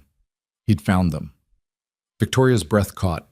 He looked exactly as she remembered, tall, impeccably dressed even at midnight, his posture radiating the confidence of a man who'd never been told no in his life. He was on his phone, gesturing to the other vehicles, clearly giving orders. Behind him, 3 men emerged from the SUVs. Not police, not lawyers, private security, maybe, or something worse. They moved with the practiced efficiency of people comfortable with violence. Ethan appeared at her shoulder, silent as a ghost. He'd heard it too. He'd heard 4 men, he observed quietly. Marcus and 3 others. Armed? I can't tell. Probably. He's making his move. As they watched, Marcus pointed directly at the workshop. One of the men nodded and started toward the building. The trap was springing, but not the way they'd planned. Victoria had expected Marcus to come in daylight, to at least maintain a pretense of legality. This was different. This was a man who'd moved past pretense entirely. Get the kids, Ethan said, his voice utterly calm. Take them to Noah's room. Lock the door. And if I tell you to run, you run. There's a fire escape outside Noah's window. It leads to the alley behind the building. Ethan, I mean it, Victoria. If this goes wrong, you get Mia out. That's the priority. She wanted to argue, wanted to say they should call 911 right now, get the police here before Marcus could enter the building. But she could already hear the excuses his lawyers would make. He's her father. He has custody rights. He was concerned for his daughter's safety. Unless Marcus did something undeniably illegal, the police might side with him anyway. So instead, Victoria did what Ethan asked. She woke Noah gently, explained in whispers what was happening. The boy's eyes went wide, but he didn't panic, just nodded and moved quickly to help. Together they woke Mia, who whimpered, but allowed herself to be carried to Noah's room. Lock the door, Victoria told Noah. Don't open it for anyone except me or your father. And if we tell you to, go out the window and run. Do you understand? I understand. The sound of breaking glass echoed from downstairs, the workshop door. They weren't even trying to be subtle. Victoria's hands shook as she locked Noah's bedroom door, testing it twice to make sure it would hold. Through the floor, she could hear footsteps, multiple sets, moving through the workshop, searching. Then Ethan's voice, loud and clear. This is private property. You're trespassing. I've already called the police. A lie, but a good one. Would it make Marcus hesitate? Marcus's voice answered smooth and cold. I'm looking for my daughter. I have reason to believe she's being held here against my will. Your daughter isn't here. I think you're lying, Mr. Cole, and I think you should step aside before this becomes a problem you can't handle. Victoria moved to the bedroom door, pressing her ear against it. She could hear everything now, the confrontation happening in the workshop below, Ethan's calm refusal to back down, Marcus's barely controlled rage. I'm not stepping aside, Ethan said, and I'm not letting you search my home without a warrant. So you have 2 choices. You can leave peacefully, or you can wait for the police to arrive and explain why you broke into my building in the middle of the night with armed men. A long pause. Then Marcus laughed, the sound utterly devoid of humor. You have no idea who you're dealing with, he said. I own this town. The police chief plays golf at my club. The mayor attends my fundraisers. You're just a carpenter in a workshop. Did you really think you could hide her from me? I think you're a bully who's used to people being too afraid to stand up to you, Ethan replied. But I'm not afraid. And I'm not moving. The sound of a scuffle. A crash. Victoria's heart stopped. Then Ethan's voice again, strained but controlled. That's assault! On camera! Every second of this is being recorded. Another pause. Victoria could picture Marcus calculating, weighing his options. Would the cameras matter? Would evidence matter to a man who thought he was above consequences?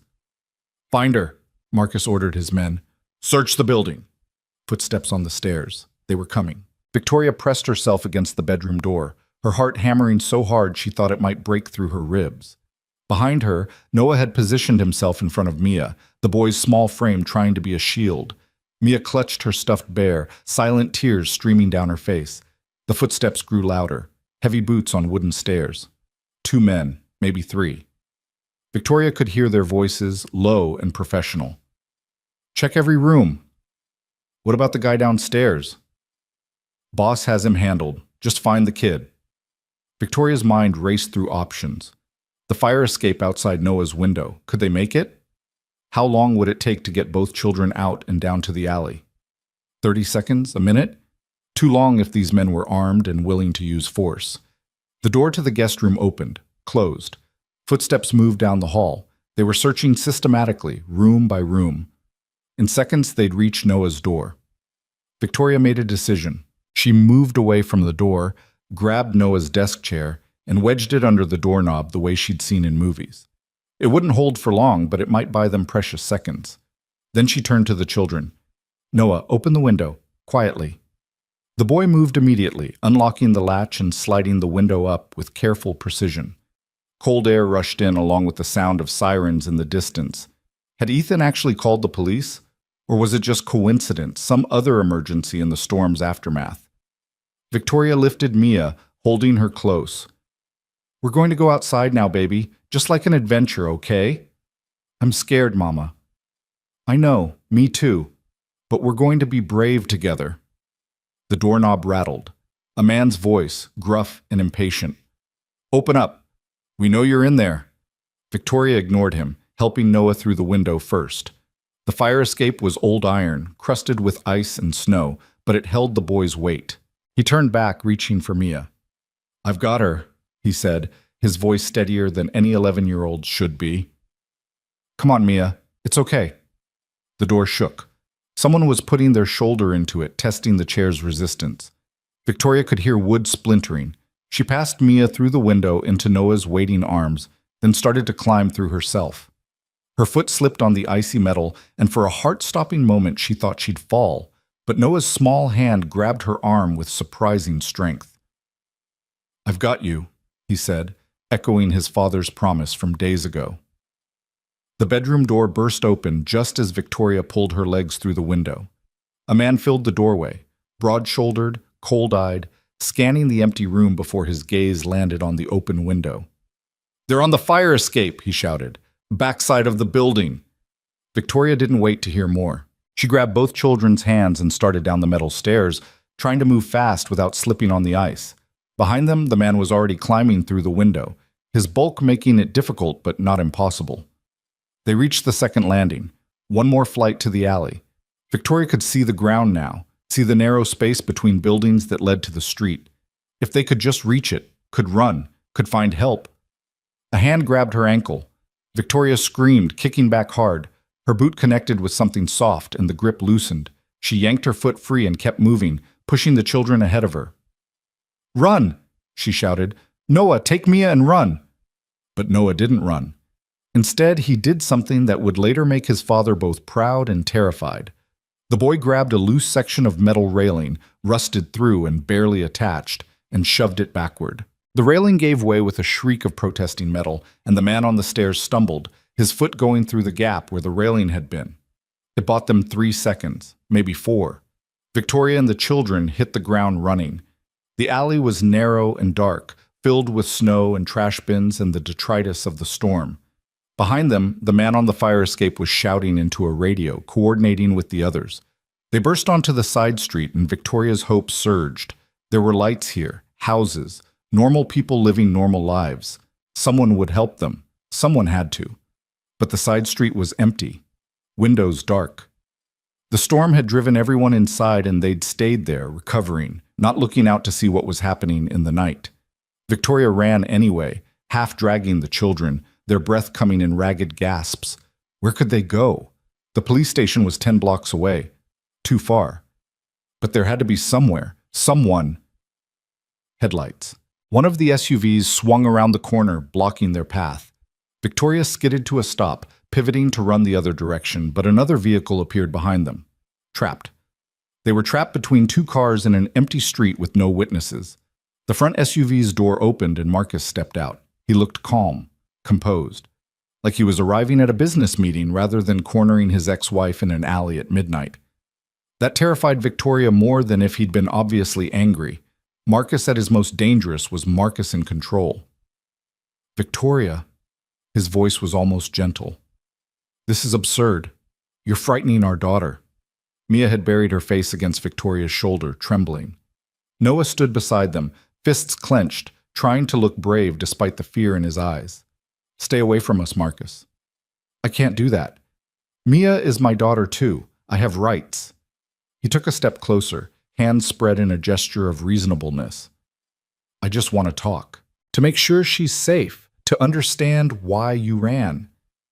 You put a tracking device in her teddy bear. The words hung in the cold air between them.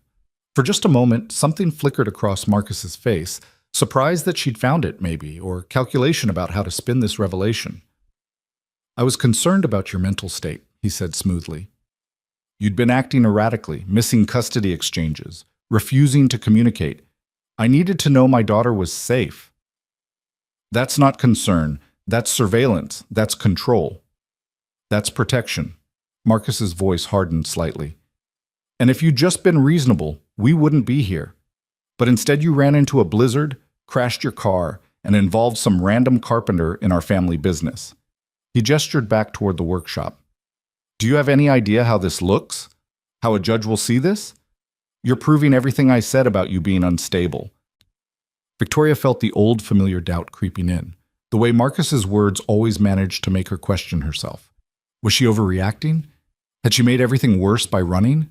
But then Mia whimpered against her shoulder, and Victoria remembered why she'd run in the first place. Not because she was unstable, because she was a mother protecting her child from a man who saw her as property. I'm not going with you, she said clearly, and neither is Mia. That's not your choice to make. Marcus took another step forward. The custody agreement gives me rights. I could call the police right now and have you arrested for parental kidnapping. Then call them, please. I'd love to explain to the police why I found a GPS tracker in my daughter's toy, why you showed up here at midnight with armed men, why you broke into a private residence. For the first time, real anger flashed across Marcus's face. You think you're clever. You think recording this, getting evidence, will somehow change anything. He pulled out his phone, and Victoria's heart sank as she realized he'd known about the cameras all along. I have lawyers who'll tear apart anything you present. I have judges who owe me favors. I have resources you can't begin to match. Maybe. But you don't have the moral high ground, and eventually that catches up with people. Does it? Marcus smiled, and it was the coldest thing Victoria had ever seen. I've been getting away with things my whole life, Victoria. Money makes morality irrelevant. He'd said it. Finally said out loud what Victoria had always known but could never prove, that Marcus believed himself above consequences, above accountability, above basic human decency. And he'd said it on camera. The sirens that had been distant background noise suddenly grew louder. Multiple vehicles approaching fast. Marcus heard them too. His expression shifted from confidence to calculation. Sir, one of his men said urgently, we should go, now. But Marcus wasn't ready to leave. He started toward Victoria, hand outstretched for Mia. Give me my daughter. No. Victoria backed up, but there was nowhere to go. The SUVs blocked both ends of the street. Give me my daughter. Marcus's control was slipping, the mask cracking to reveal the rage underneath. Noah stepped forward, putting himself between Marcus and Mia. She said no. Marcus looked down at the boy with contempt. Get out of my way, kid. This doesn't concern you. You're scaring them. My dad says bullies only win when good people don't stand up to them, so I'm standing up. It was the bravest and most foolish thing Victoria had ever seen. This small boy, facing down a grown man with money and power, and the willingness to use both. Marcus's hand shot out, grabbing Noah's arm. I said move. What happened next occurred so fast Victoria almost missed it. Ethan appeared from the shadows of the alley like a ghost, moving with the lethal precision of his military training. He had Marcus's wrist in a compliance hold before the man could react, twisting just enough to make Marcus release Noah without causing real injury. "Touch my son again," Ethan said quietly, "and I will break your arm." Marcus tried to pull away, but Ethan's grip was iron. "You're assaulting me. That's a felony. You're assaulting a minor. That's also a felony. And unlike you, I have witnesses." Ethan nodded toward the mouth of the alley, where several neighbors had emerged, drawn by the commotion. Faces in windows, people with phones out, recording. The sirens were on the next block now, the red and blue lights reflecting off the snow. Marcus's men shifted nervously. Whatever they'd been paid for, this was escalating beyond their comfort zone. Getting caught on camera assaulting women and children while police were seconds away wasn't worth any paycheck. "Stand down," one of them said to Marcus. "This is done." But Marcus wasn't listening. He jerked free from Ethan's grip, stumbled back, and that's when Victoria saw it, the moment he lost complete control. His face twisted with rage, with the humiliation of being defied by people he considered beneath him. "You want to play games?" he snarled. "Fine. I'll destroy all of you. I'll take everything, your business, your home, your reputations. I'll make sure you never work again. I'll make sure everyone knows what you did, what we did." Ethan's voice cut through the tirade. "We protected a woman and child from an abusive stalker. That's what we did. And it's all on camera. Every threat, every illegal entry, every word you just said." The police cars rounded the corner. 4 of them, lights blazing, surrounding the scene. Officers emerged, hands on weapons but not drawn, taking in the tableau. Marcus and his men, Victoria clutching Mia, Noah at his father's side, Ethan standing between them all. "Someone want to tell me what's going on here?" The lead officer was older, gray-haired, with the weathered look of someone who'd seen everything. Marcus immediately shifted gears, his face smoothing into a concerned father's expression. "Officer, thank goodness. I'm Marcus Lane. This woman has my daughter." "This man broke into my building," Ethan interrupted, "smashed the door, brought armed men, and chased a woman and 2 children through the streets at midnight." The officer looked between them, clearly trying to sort truth from lies. His eyes lingered on the children, both terrified, both clinging to the adults who weren't Marcus. "Mr. Lane," the officer said slowly, and Victoria caught the recognition in his voice. Marcus did know the local police. "Is this your daughter?" "Yes, I have custody rights. Her mother violated the agreement by fleeing the state." "We didn't leave the state," Victoria said, finding her voice. "We were caught in the storm and found shelter. That's not a violation of anything. You've been gone for 3 days without contacting me." "Because you put a tracking device in our daughter's toy!" The words burst out of Victoria before she could stop them. "You've been stalking us for months, following us everywhere. And when I found the tracker, I ran because I was afraid. I'm still afraid." The officer's expression shifted. "A tracking device?" "GPS chip sewn into a stuffed bear. I have it as evidence." Victoria met his eyes. Along with 67 harassing text messages, 43 phone calls, and a dozen voicemails that cycle between threats and manipulation. "I can provide all of it." "Those messages prove I was concerned about my daughter's welfare." "They prove you're obsessed with controlling your ex-wife," Ethan said. "And when control didn't work, you escalated to breaking and entering." More police cars arrived. The street was filling with officers, neighbors, witnesses. The situation Marcus had wanted to keep private was now very, very public. The lead officer made a decision.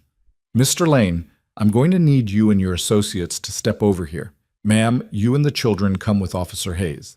Let's sort this out at the station." "Am I being arrested?" Victoria asked. "No, ma'am, but we need statements from everyone, and we need to examine this evidence you mentioned." The next hour passed in a blur of police cars and statements and questions. Victoria and the children were separated from Marcus, taken to the station in different vehicles. Ethan came too, giving his own statement about the break-in, the assault, everything that had happened. Officer Hayes was a woman in her 40s with kind eyes and the careful demeanor of someone who'd handled domestic situations before. She took Victoria's statement in a quiet room, recording everything while Mia sat in her lap, and Noah waited outside with his father. Victoria told her everything: the tracking device, the harassment, the escalating control during their marriage, Marcus's belief that money made him above the law. She provided her phone with all the messages and voicemails. She explained about the GPS chip, which Ethan had retrieved from the stuffed bear and sealed in a plastic bag as evidence. "I need to be honest with you," Officer Hayes said when Victoria finished. "Mr. Lane has a lot of influence in this town. His family's been here for generations. If this goes to court, you're going to face challenges." Victoria's heart sank. "So you're saying he'll get away with it?" "I'm saying you need a good lawyer, and you need to document everything, which you've started doing, and that's smart." Hayes leaned forward. "But I'm also saying that things are changing. We're paying more attention to patterns of coercive control now. Stalking isn't just following someone in a dark alley anymore. It's GPS devices and constant messaging and using custody as a weapon. What Mr. Lane did tonight, especially bringing those men to someone's home, breaking in, chasing you through the streets, that's not the behavior of a concerned father. That's criminal." "Will you arrest him?" "We're holding him for questioning. The break-in is clear-cut trespassing and property damage at minimum. The rest will depend on what the district attorney decides to charge." Hayes paused. "But between you and me, the optics are bad for him. Multiple witnesses saw him chase a woman and children through the streets with armed men. That's not a good look, no matter how much money you have." A knock on the door. Another officer stuck his head in. "Hayes, you need to see this." They emerged to find the station buzzing with unusual energy. Officers clustered around a computer talking in low voices. Hayes moved to look, and Victoria followed. On the screen was an email sent from Jennifer Hayes, the forensic accountant, to the FBI's Financial Crimes Division with copies to the State Attorney General and the IRS. Jennifer had worked fast. Too fast for it to be just from the information Victoria had provided. This was months of investigation, Victoria realized. Maybe years. Jennifer must have been building a case against Marcus's company all along, waiting for the right moment to move. And Victoria's email had been the catalyst. The document outlined systematic fraud, money laundering, and tax evasion across multiple shell companies. It detailed offshore accounts, falsified records, and a pattern of financial crimes that went back over a decade. Marcus Lane wasn't just a controlling ex-husband. He was a white-collar criminal whose operation had been hiding in plain sight behind the veneer of old money respectability. "When did this come in?" Officer Hayes asked. 20 minutes ago. FBI is sending agents in the morning." The other officer looked at Victoria. "You know something about this?" "I know the accountant who sent it. I asked her to look into some irregularities I'd noticed." Victoria's voice was steady. "I didn't know how deep it went." But she'd suspected. All those years watching Marcus's business dealings, seeing patterns that didn't add up, she'd known something was wrong. She just hadn't had the power or resources to prove it. Until now. The door to the interrogation room where Marcus was being held suddenly opened. Marcus emerged with a lawyer who'd apparently arrived while Victoria was giving her statement. He saw her across the station and his face contorted with rage. "You did this," he hissed. "You vindictive—" "Mr. Lane," his lawyer grabbed his arm. "Don't say another word." But Marcus was past listening to lawyers. "You think you've won? You think you can destroy me? I'll bury you. I'll take everything. Mia will hate you for this." "Mr. Lane!" The lawyer was nearly shouting now. "Stop talking." "Federal crimes don't care about local influence," Victoria wanted to say. "FBI agents don't play golf at your country club." But she didn't need to say it. Marcus would figure it out soon enough when the full weight of federal law enforcement came down on him. Officer Hayes escorted Victoria back to the waiting room where Ethan and Noah sat. Both stood when they saw her, questions in their eyes. "It's over," Victoria said, and realized she meant it. "The FBI is investigating him for fraud and money laundering. Even if he beats the stalking charges, even if his local connections protect him, he's facing federal prosecution. It's over." Ethan pulled her into a hug without asking, and Victoria let herself lean into it. She was shaking, she realized. The adrenaline that had kept her functioning was draining away, leaving exhaustion in its wake. "What happens now?" Noah asked. "Now we go home," Ethan said, "and we let the legal system do its job." They were driven back to the workshop by Officer Hayes, who'd insisted on making sure they got home safely. The building looked the same as when they'd fled it, snow-covered, quiet, the broken door patched with plywood until permanent repairs could be made. Inside, Victoria carried Mia up to the apartment and put her to bed. The girl was asleep almost immediately, exhausted by fear and adrenaline. Victoria sat beside her for a long time, just watching her daughter breathe, grateful beyond words that she was safe. When she emerged, Ethan had made tea. They sat at the kitchen table in silence, processing everything that had happened. "Thank you," Victoria said finally, "for everything, for taking us in, for protecting us, for standing up to Marcus when you had no reason to." I had every reason to." Ethan's voice was gentle. It was the right thing to do. Most people don't do the right thing when it's hard. Then most people are missing out. He smiled. Sarah used to say that doing the right thing is its own reward. I never really understood what she meant until tonight. Seeing Marcus's face when he realized he couldn't intimidate us, couldn't buy his way out, couldn't control the narrative. That felt better than any paycheck. Victoria laughed, surprising herself. "I can't believe Noah stood up to him. Your son is incredibly brave." "He learned from the best." Ethan's expression grew serious. "What will you do now, when the dust settles?" It was a fair question. Victoria had spent so long in survival mode that she hadn't thought beyond just getting through each day. But now, with Marcus facing federal charges, with the immediate threat neutralized, she could actually think about the future. "I don't know," she admitted. "I need to sort out custody legally, make sure Mia is protected. I need to figure out what happens to my company while all this plays out. I need to—" She trailed off, overwhelmed by the sheer number of things that needed attention. "You need to take it one step at a time," Ethan said, "and you don't have to figure it all out tonight. Can we stay? Just for a few more days until I find somewhere more permanent? You can stay as long as you need." Ethan reached across the table, covered her hand with his. "This is your safe place now, for as long as you want it to be." Victoria looked at their hands together and felt something shift in her chest. Not breaking open this time, settling, like pieces of a puzzle finally finding where they belonged. "I'd like that," she said quietly. Outside, the night was finally quiet. The storm had passed, the danger had receded, and for the first time in 3 years, Victoria Lane felt like she could breathe. The morning after felt surreal in its ordinariness. Victoria woke to sunlight streaming through the guest room window and the smell of coffee brewing in the kitchen. For a moment, she forgot where she was, forgot everything that had happened. Then memory flooded back.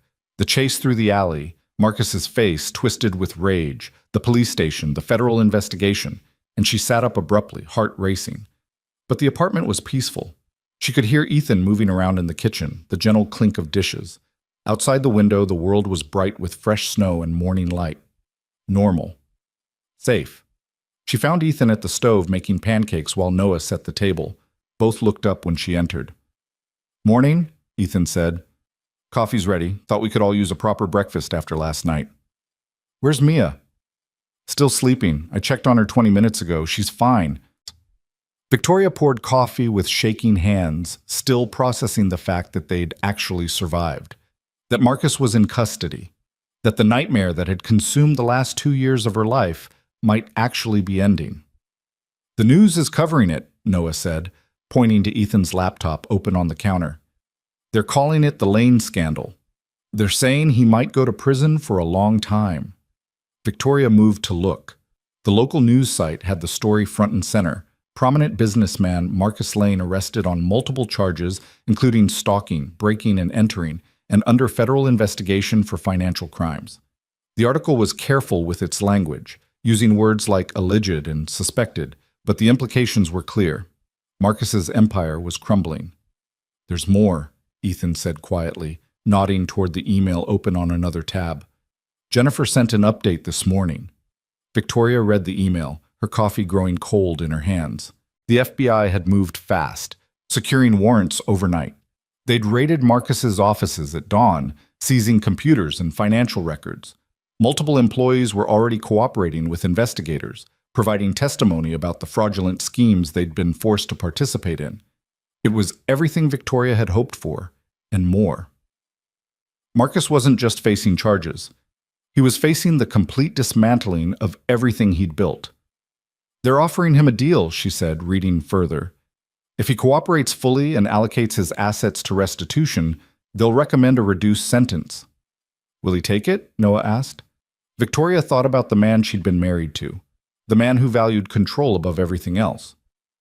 "I don't know. Pride might make him fight it, or survival instinct might win out."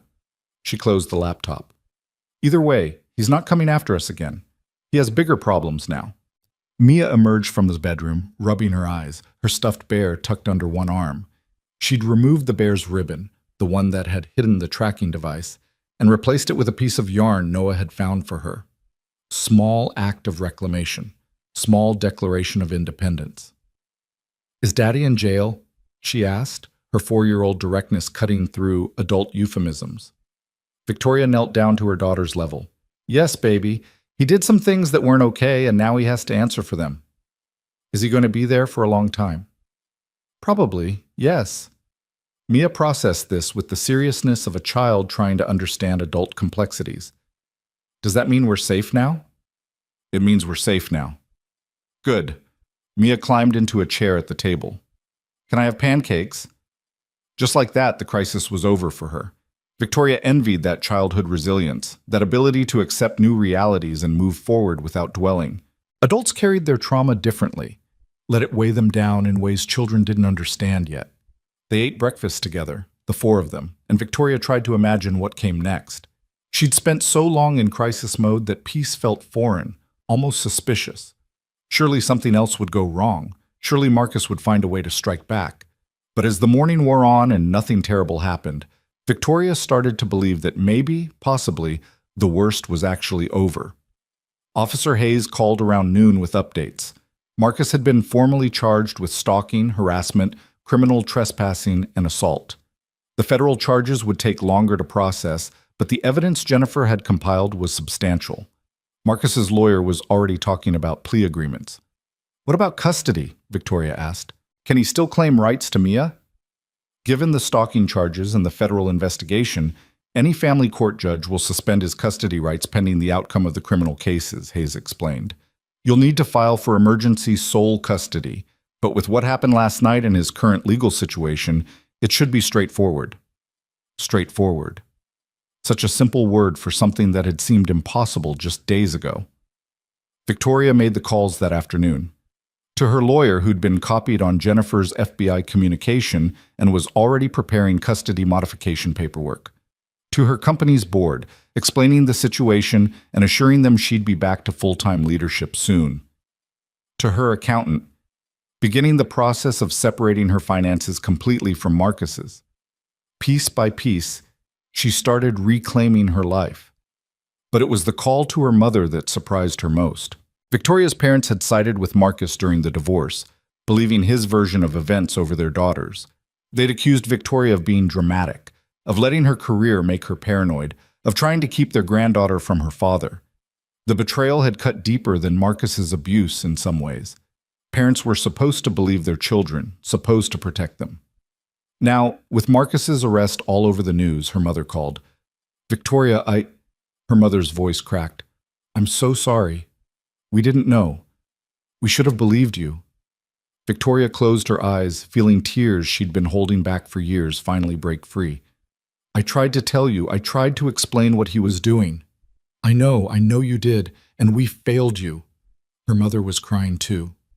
"We were so impressed by him, by his family's reputation, by the life he could give you.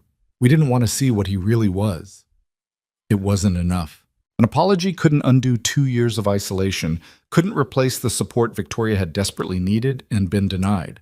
But it was something, a crack in the wall that had separated her from her family. "I need time," Victoria said. "I can't just forgive and forget, Mom. You chose him over me, over your own daughter." "I understand, but please, let us help now. Let us be there for you and Mia. Let us try to make this right." Victoria looked across the room where Mia and Noah were building an elaborate block tower, their earlier fear replaced by the simple joy of play. Her daughter deserved to know her grandparents, deserved a family that supported and loved her. "Okay," Victoria said quietly, but slowly. On my terms. Whatever you need. Whatever it takes. They talked for an hour, tentatively rebuilding bridges that had been burned. It wasn't perfect. Trust would take time to restore. But it was a beginning. Over the next week, the pieces continued to fall into place. Marcus's assets were frozen pending the federal investigation. His business partners began distancing themselves, claiming they'd known nothing about the illegal activities. His country club quietly revoked his membership. The society pages that had once featured him at charity galas now ran articles speculating about his downfall. Victoria watched it all with a strange detachment. She'd spent so long being afraid of this man, and now she felt mostly pity. Marcus had built his entire identity on power and control, and without those props, he was nothing, just a frightened man facing consequences for the first time in his privileged life. The custody hearing happened quickly, expedited given the criminal charges. Victoria's lawyer presented the evidence: the tracking device, the harassing messages, the midnight break-in, the federal investigation. Marcus's lawyer tried to argue that his client was a concerned father whose methods were perhaps overzealous but well-intentioned. The judge wasn't buying it. "Mr. Lane," she said, her voice sharp with disapproval, "your behavior toward your ex-wife demonstrates a pattern of coercive control that is both illegal and deeply troubling. Installing a GPS device to track your daughter without her mother's knowledge or consent is not parental concern. It's stalking. Breaking into a private residence with armed associates is not protecting your child. It's intimidation and assault." Marcus tried to interrupt, but his lawyer silenced him. "I'm granting Mrs. Lane's petition for emergency sole custody," the judge continued. "Your visitation rights are suspended pending the outcome of your criminal cases. Should you be convicted of the charges currently pending, we will revisit custody at that time. But I can tell you now that the outlook is not favorable for you maintaining any parental rights." Victoria felt Mia's small hand slip into hers. Her daughter had been allowed to attend the hearing, old enough to have an opinion about where she wanted to live, the judge had said. Mia had been very clear about her preference. "Does this mean I don't have to see Daddy anymore?" she'd asked the judge in chambers. "Not unless you want to, sweetheart, and not until the adults have sorted out some very serious problems." "I don't want to," Mia had said firmly. "He scares me." That testimony, more than anything, had sealed Marcus's fate. Walking out of the courthouse, Victoria felt lighter than she had in years. The legal weight that had been crushing her was finally lifting. She had sole custody, she had her company, she had her freedom. And she had Ethan waiting outside with Noah, both of them bundled against the February cold, both of them smiling when they saw her emerge. "How'd it go?" Ethan asked, though the answer was obvious from her expression. "Full custody, suspended visitation. It's over." Noah whooped and hugged Mia, who laughed and hugged him back. Victoria met Ethan's eyes over the children's heads and saw something there that made her heart skip. Not pity, not obligation. Something else entirely. "Come on," Ethan said. "Let's go home." Home. For the past 2 weeks, home had meant the apartment above the workshop. Victoria and Mia had stayed long past the original few days, neither quite ready to leave the safety they'd found there. Ethan hadn't pushed, hadn't suggested they should go. He'd just made space for them in his life like they'd always belonged there. But Victoria knew they couldn't stay forever.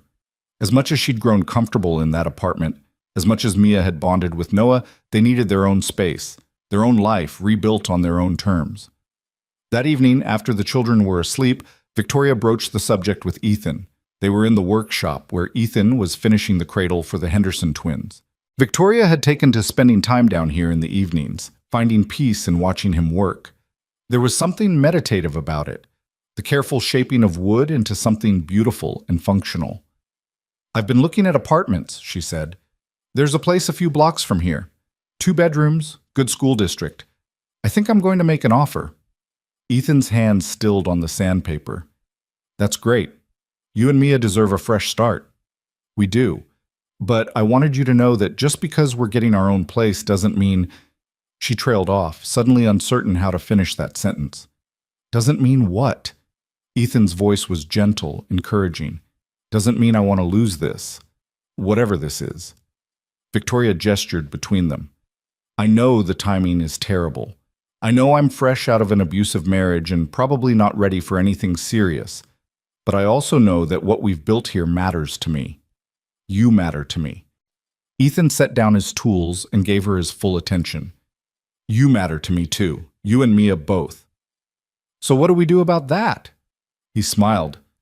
We take it slow. We let you and Mia settle into your new place. We keep having dinners together, keep letting the kids play. We see where it goes without rushing or forcing anything.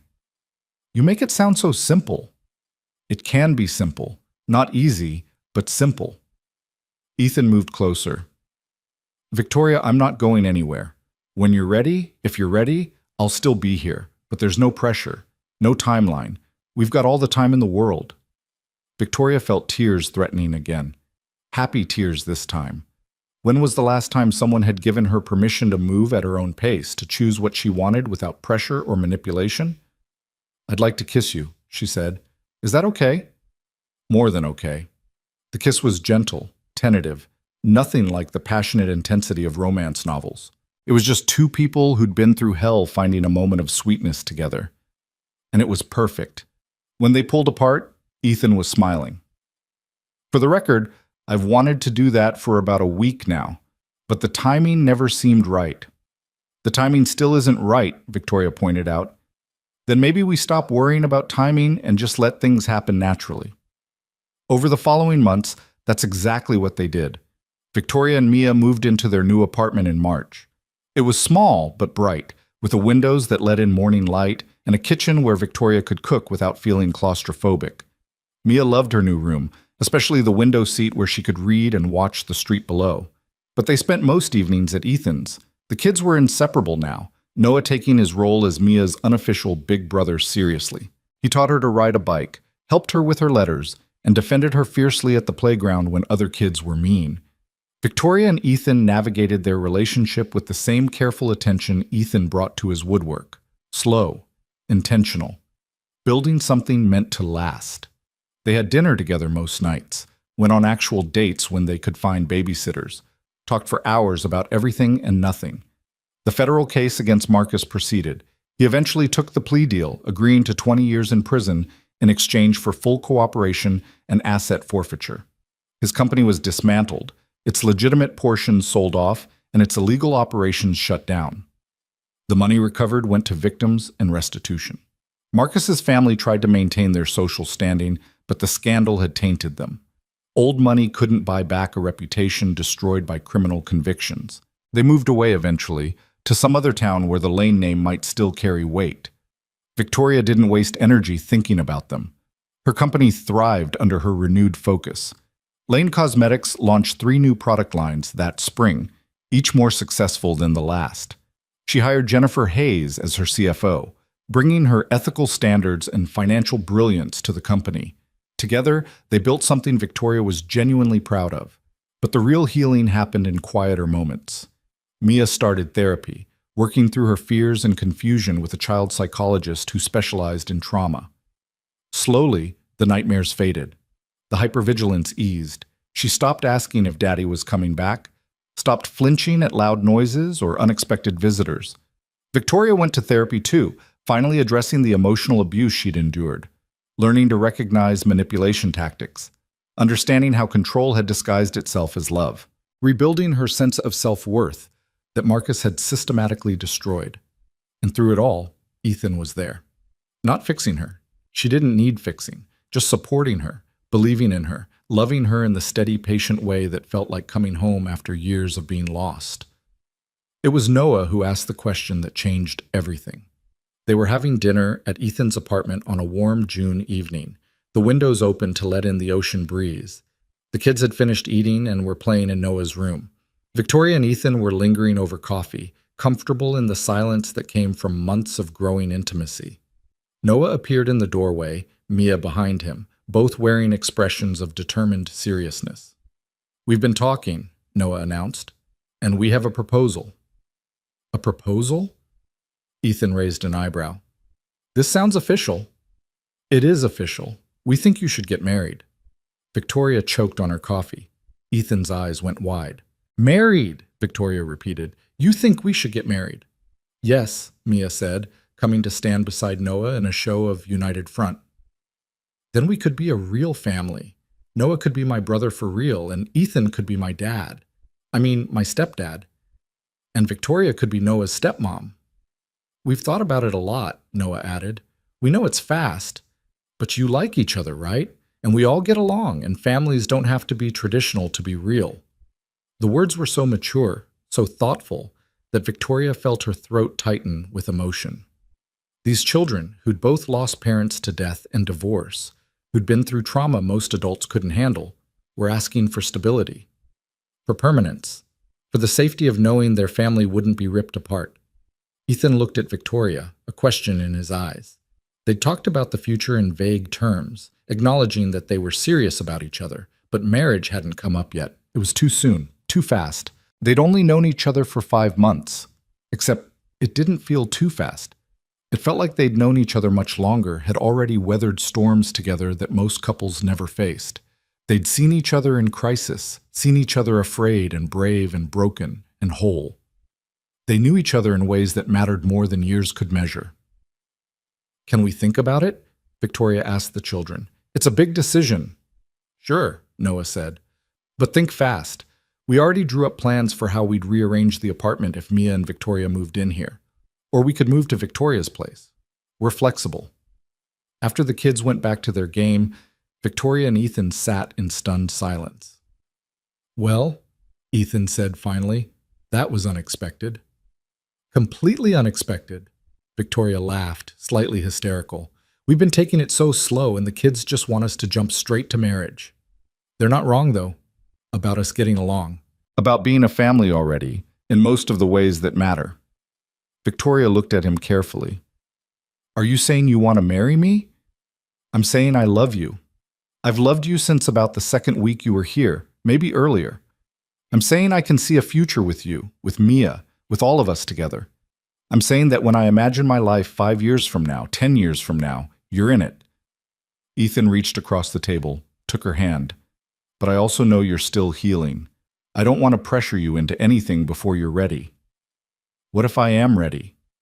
The words surprised Victoria even as she said them.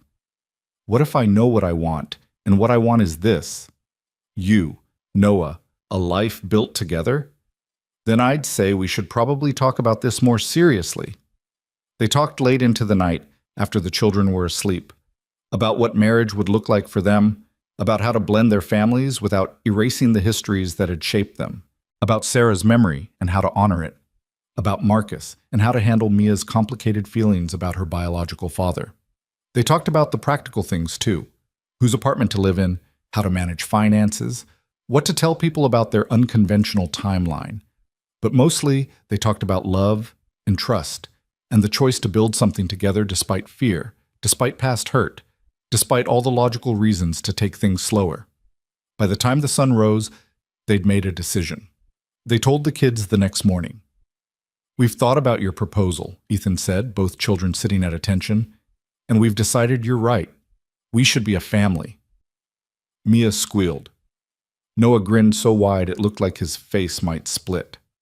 But, Victoria added, we're going to do this our way, not rushing to a big wedding, not making a huge production of it, just us, making a commitment to each other and to you both. So, you're getting married? Noah asked. Eventually, yes. But first we're going to move in together, combine our families, make sure everyone adjusts okay. Then, when it feels right, we'll make it official. Ethan looked at Victoria, love clear in his expression. Sound good? Sounds perfect, she said. They moved in together in August. Victoria and Mia officially joined Ethan and Noah in the apartment above the workshop, which was crowded but full of laughter.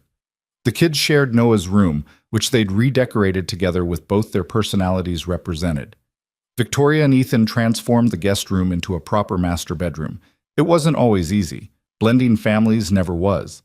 There were arguments about chores and bedtimes, moments when the kids got jealous of each other, nights when Victoria woke up panicking that she'd made a mistake by trusting someone again. But there were more good moments than hard ones. Family dinners that stretched for hours, game nights that ended in helpless laughter, quiet mornings when Victoria woke up next to Ethan and felt safe in a way she'd never felt before. watching Mia and Noah develop the kind of sibling bond she'd always wished for her daughter.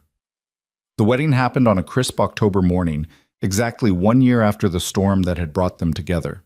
They kept it small. Just the four of them, Victoria's parents, a few close friends, and Officer Hayes, who'd become something of a friend during the legal proceedings. They held it on the beach, the same coastline where Ethan's workshop stood, where this whole story had begun. Victoria wore a simple dress the color of sea foam. Mia was her flower girl, scattering petals with serious concentration. Noah was Ethan's best man, holding the rings with careful pride. The ceremony was brief, officiated by a judge who'd been recommended by Officer Hayes. They exchanged vows they'd written themselves. Promises not just to each other but to the children watching. Promises to build a family based on respect and trust and love. When the judge pronounced them married, Noah and Mia cheered louder than anyone. Afterward, they had lunch at a small restaurant overlooking the ocean. Victoria's mother cried and apologized again, her father awkwardly trying to express feelings he'd never been good at sharing. The children ate too much cake and ran on the beach, shrieking with joy. And Victoria stood with Ethan's arm around her waist, watching their children play, and felt a peace she'd never thought possible. "What are you thinking?" Ethan asked.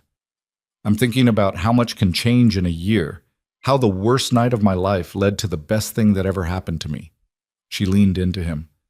"I'm thinking I'm grateful I crashed into a snowbank in front of your workshop." "Best accident ever," Ethan agreed. They watched the sun begin to set, painting the sky in shades of orange and pink. Mia had found a sand dollar and was showing it to Noah, who was explaining something about ocean life with his characteristic enthusiasm. They looked like they'd always been siblings, like the distance of the past year had erased to reveal a truth that had always existed underneath. "Do you ever miss the quiet?" Victoria asked, "before we showed up and turned your life upside down?" Ethan laughed. "Not even a little bit. Turns out I was just waiting for the right storm to blow through and shake things up." 6 months later, Victoria sold her company. It wasn't a defeat. It was a choice. Lane Cosmetics had served its purpose. Proved she could build something from nothing, demonstrated her worth independent of Marcus or anyone else. But running a multi-million-dollar company while raising 2 kids and building a marriage required sacrifices she wasn't willing to make anymore. She sold to a larger corporation that promised to maintain her ethical standards and keep her employees. The money from the sale went into trust funds for the kids' education, investments for the future, and a donation to the women's shelter where Sarah had volunteered. With the financial pressure released, Victoria discovered she actually enjoyed smaller-scale work. She started a consulting business, helping other women entrepreneurs build companies on their own terms. She worked from home, set her own hours, was there when the kids got off the bus each day. It wasn't the empire she'd built before, but it was hers, and it was enough. Ethan's workshop thrived too. Word had spread about the carpenter who'd stood up to Marcus Lane, and suddenly he had more commission requests than he could handle. He hired an apprentice, a young woman fresh out of trade school who showed real talent for fine woodworking. Together, they built furniture for clients all over the state. Each piece was made to last, crafted with the same patient attention to detail that Ethan brought to everything he cared about. The children grew. Mia lost her front teeth and learned to swim and started kindergarten with Noah walking her to class every morning. Noah made the middle school soccer team and got interested in photography and developed a dry sense of humor that kept them all laughing. They became a family, not in spite of their complicated history, but because of it. They'd all been broken in different ways, and in finding each other, they discovered how broken pieces could fit together to create something stronger than if they'd never been damaged at all. Sometimes, late at night when the house was quiet, Victoria would stand in the doorway of the kids' room and watch them sleep. Mia curled around her bear, a new one, purchased specifically for its lack of hidden electronics. Noah sprawled across his bed with a book fallen open on his chest. Her children, both of them, in all the ways that mattered. And she'd think about the woman she'd been a year ago, terrified and running through a blizzard with no idea where she was going. That woman had been brave enough to leave, strong enough to keep fighting, wise enough to accept help when it was offered. That woman had saved herself. Ethan had helped, the legal system had helped, but ultimately, Victoria had been the one who'd decided she deserved better. Who'd gathered evidence, reached out for support, refused to let Marcus's version of reality become her truth. She'd saved herself. And in doing so, she'd built a life worth saving. One evening in late spring, almost 2 years after that first storm, they had dinner on the beach. It had become a family tradition. Once a month, weather permitting, they'd pack a picnic and watch the sunset together. The kids were building an elaborate sandcastle, while Victoria and Ethan set out food. The ocean was calm tonight, gentle waves lapping at the shore. Nothing like the violent storm that had brought them together. "I got a letter today," Victoria said. "From Marcus." Ethan looked up sharply. "What did it say?" "He wanted me to know he's been in therapy, that he's working on understanding why he did what he did, that he knows he can't undo the damage, but he wanted to apologize anyway." Victoria folded the letter and put it back in her pocket. "He asked if someday when Mia is older, I'd consider letting them have some kind of relationship, on her terms, if she wants it. How do you feel about that?" "I don't know. Part of me thinks he doesn't deserve it, that after everything he did, he should have to live with the consequences of losing his daughter completely." She watched Mia laugh at something Noah said, so carefree and happy. "But another part of me thinks that decision should be Mia's when she's old enough to make it. If she wants to know her biological father, even in a limited way, that should be her choice." "What are you going to do?" "I'm going to put the letter away. And when Mia is 13, 14, old enough to really understand what happened, I'll show it to her. Tell her the whole truth, and let her decide." Victoria leaned against Ethan. "I won't protect Marcus from the consequences of his actions, but I also won't let my anger deprive Mia of choices." "That's very mature of you." "Well, I had a good example." She smiled at him. "You taught me that doing the right thing isn't always the easy thing, but it's still worth doing." They called the kids over to eat. The family sat together on the blanket, sharing sandwiches and fruit and stories about their day. Noah talked about a photography project he was working on for school. Mia announced she wanted to learn woodworking like Ethan. "I want to build things," she said seriously, "like you do, things that last forever." "Then I'll teach you," Ethan promised. "We'll start with something simple, maybe a jewelry box for your treasures." Mia beamed. "Will you help too, Noah?" "Obviously. Someone has to make sure you don't cut your fingers off." They bickered good-naturedly, the way siblings did, and Victoria sat there, surrounded by her family, and felt a contentment so deep it almost hurt. This was what she'd been fighting for all along. Not just escape from Marcus, though that had been crucial. Not just legal victory or financial security, though those mattered too. This ordinary evening on the beach with people she loved, building memories instead of defending against attacks. The sun set in spectacular colors, painting the sky and ocean in shades of gold and crimson. The children ran along the water's edge, chasing waves and each other. Ethan pulled Victoria close, both of them watching their kids play. "Thank you," Victoria said quietly. "For what?" "For opening your door that night, for seeing me when I felt invisible, for believing I was worth fighting for, even when I wasn't sure I believed it myself." Ethan kissed the top of her head. "You saved yourself, Victoria. I just gave you a safe place to land while you did it." "Maybe, but having a safe place to land made all the difference." They packed up as darkness fell, the kids protesting but ultimately cooperating. The drive home was short, familiar, accompanied by the kids' chatter about the sandcastle they'd build next time, even bigger and better. At home, Victoria tucked Mia into bed and listened to her daughter's prayers. Mia had started doing this on her own, not from religious training, but from some innate need to express gratitude. Tonight she was thankful for Noah teaching her to catch frogs, for the ice cream they'd had for dessert, for her family. "All of us together," Mia said sleepily. "That's what I'm most thankful for." "Me too, baby. Me too." Later, in their own room, Victoria and Ethan prepared for bed with the comfortable routine of people who'd learned each other's patterns. She told him about a new client she was excited about. He showed her sketches for a custom dining table someone had commissioned. Ordinary conversations. Ordinary evening. The kind of normal that Victoria had once thought was lost to her forever.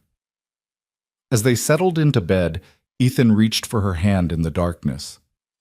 I love you, he said. Simple, true, without need for elaboration or justification. I love you too. Outside, the ocean continued its eternal rhythm against the shore. The same ocean that had raged during the storm that brought them together. The same ocean that now whispered peacefully outside their window. Victoria had learned that storms, however terrible, eventually passed. That darkness gave way to light. That broken things could be mended, not into what they'd been before, but into something new and possibly stronger. She'd learned that safety wasn't the absence of danger, but the presence of people willing to stand with you against it.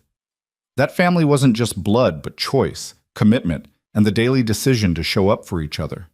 She'd learned that love, real love, healthy love, felt nothing like control or possession. It felt like freedom, like coming home, like a door opening instead of closing. And she'd learned that sometimes the worst storms brought the greatest blessings. That the night she'd crashed into a snowbank in front of a carpenter's workshop had been the beginning of her real life, the one she'd been meant to live all along. Victoria closed her eyes, surrounded by the quiet sounds of her sleeping family, and felt grateful for every moment that had led her here. The pain and the fear had been real, but so was the healing, so was the love, so was the future they were building together, one day at a time. The storm had passed, the sun had risen, and Victoria Lane, now Victoria Cole, was finally, truly, home.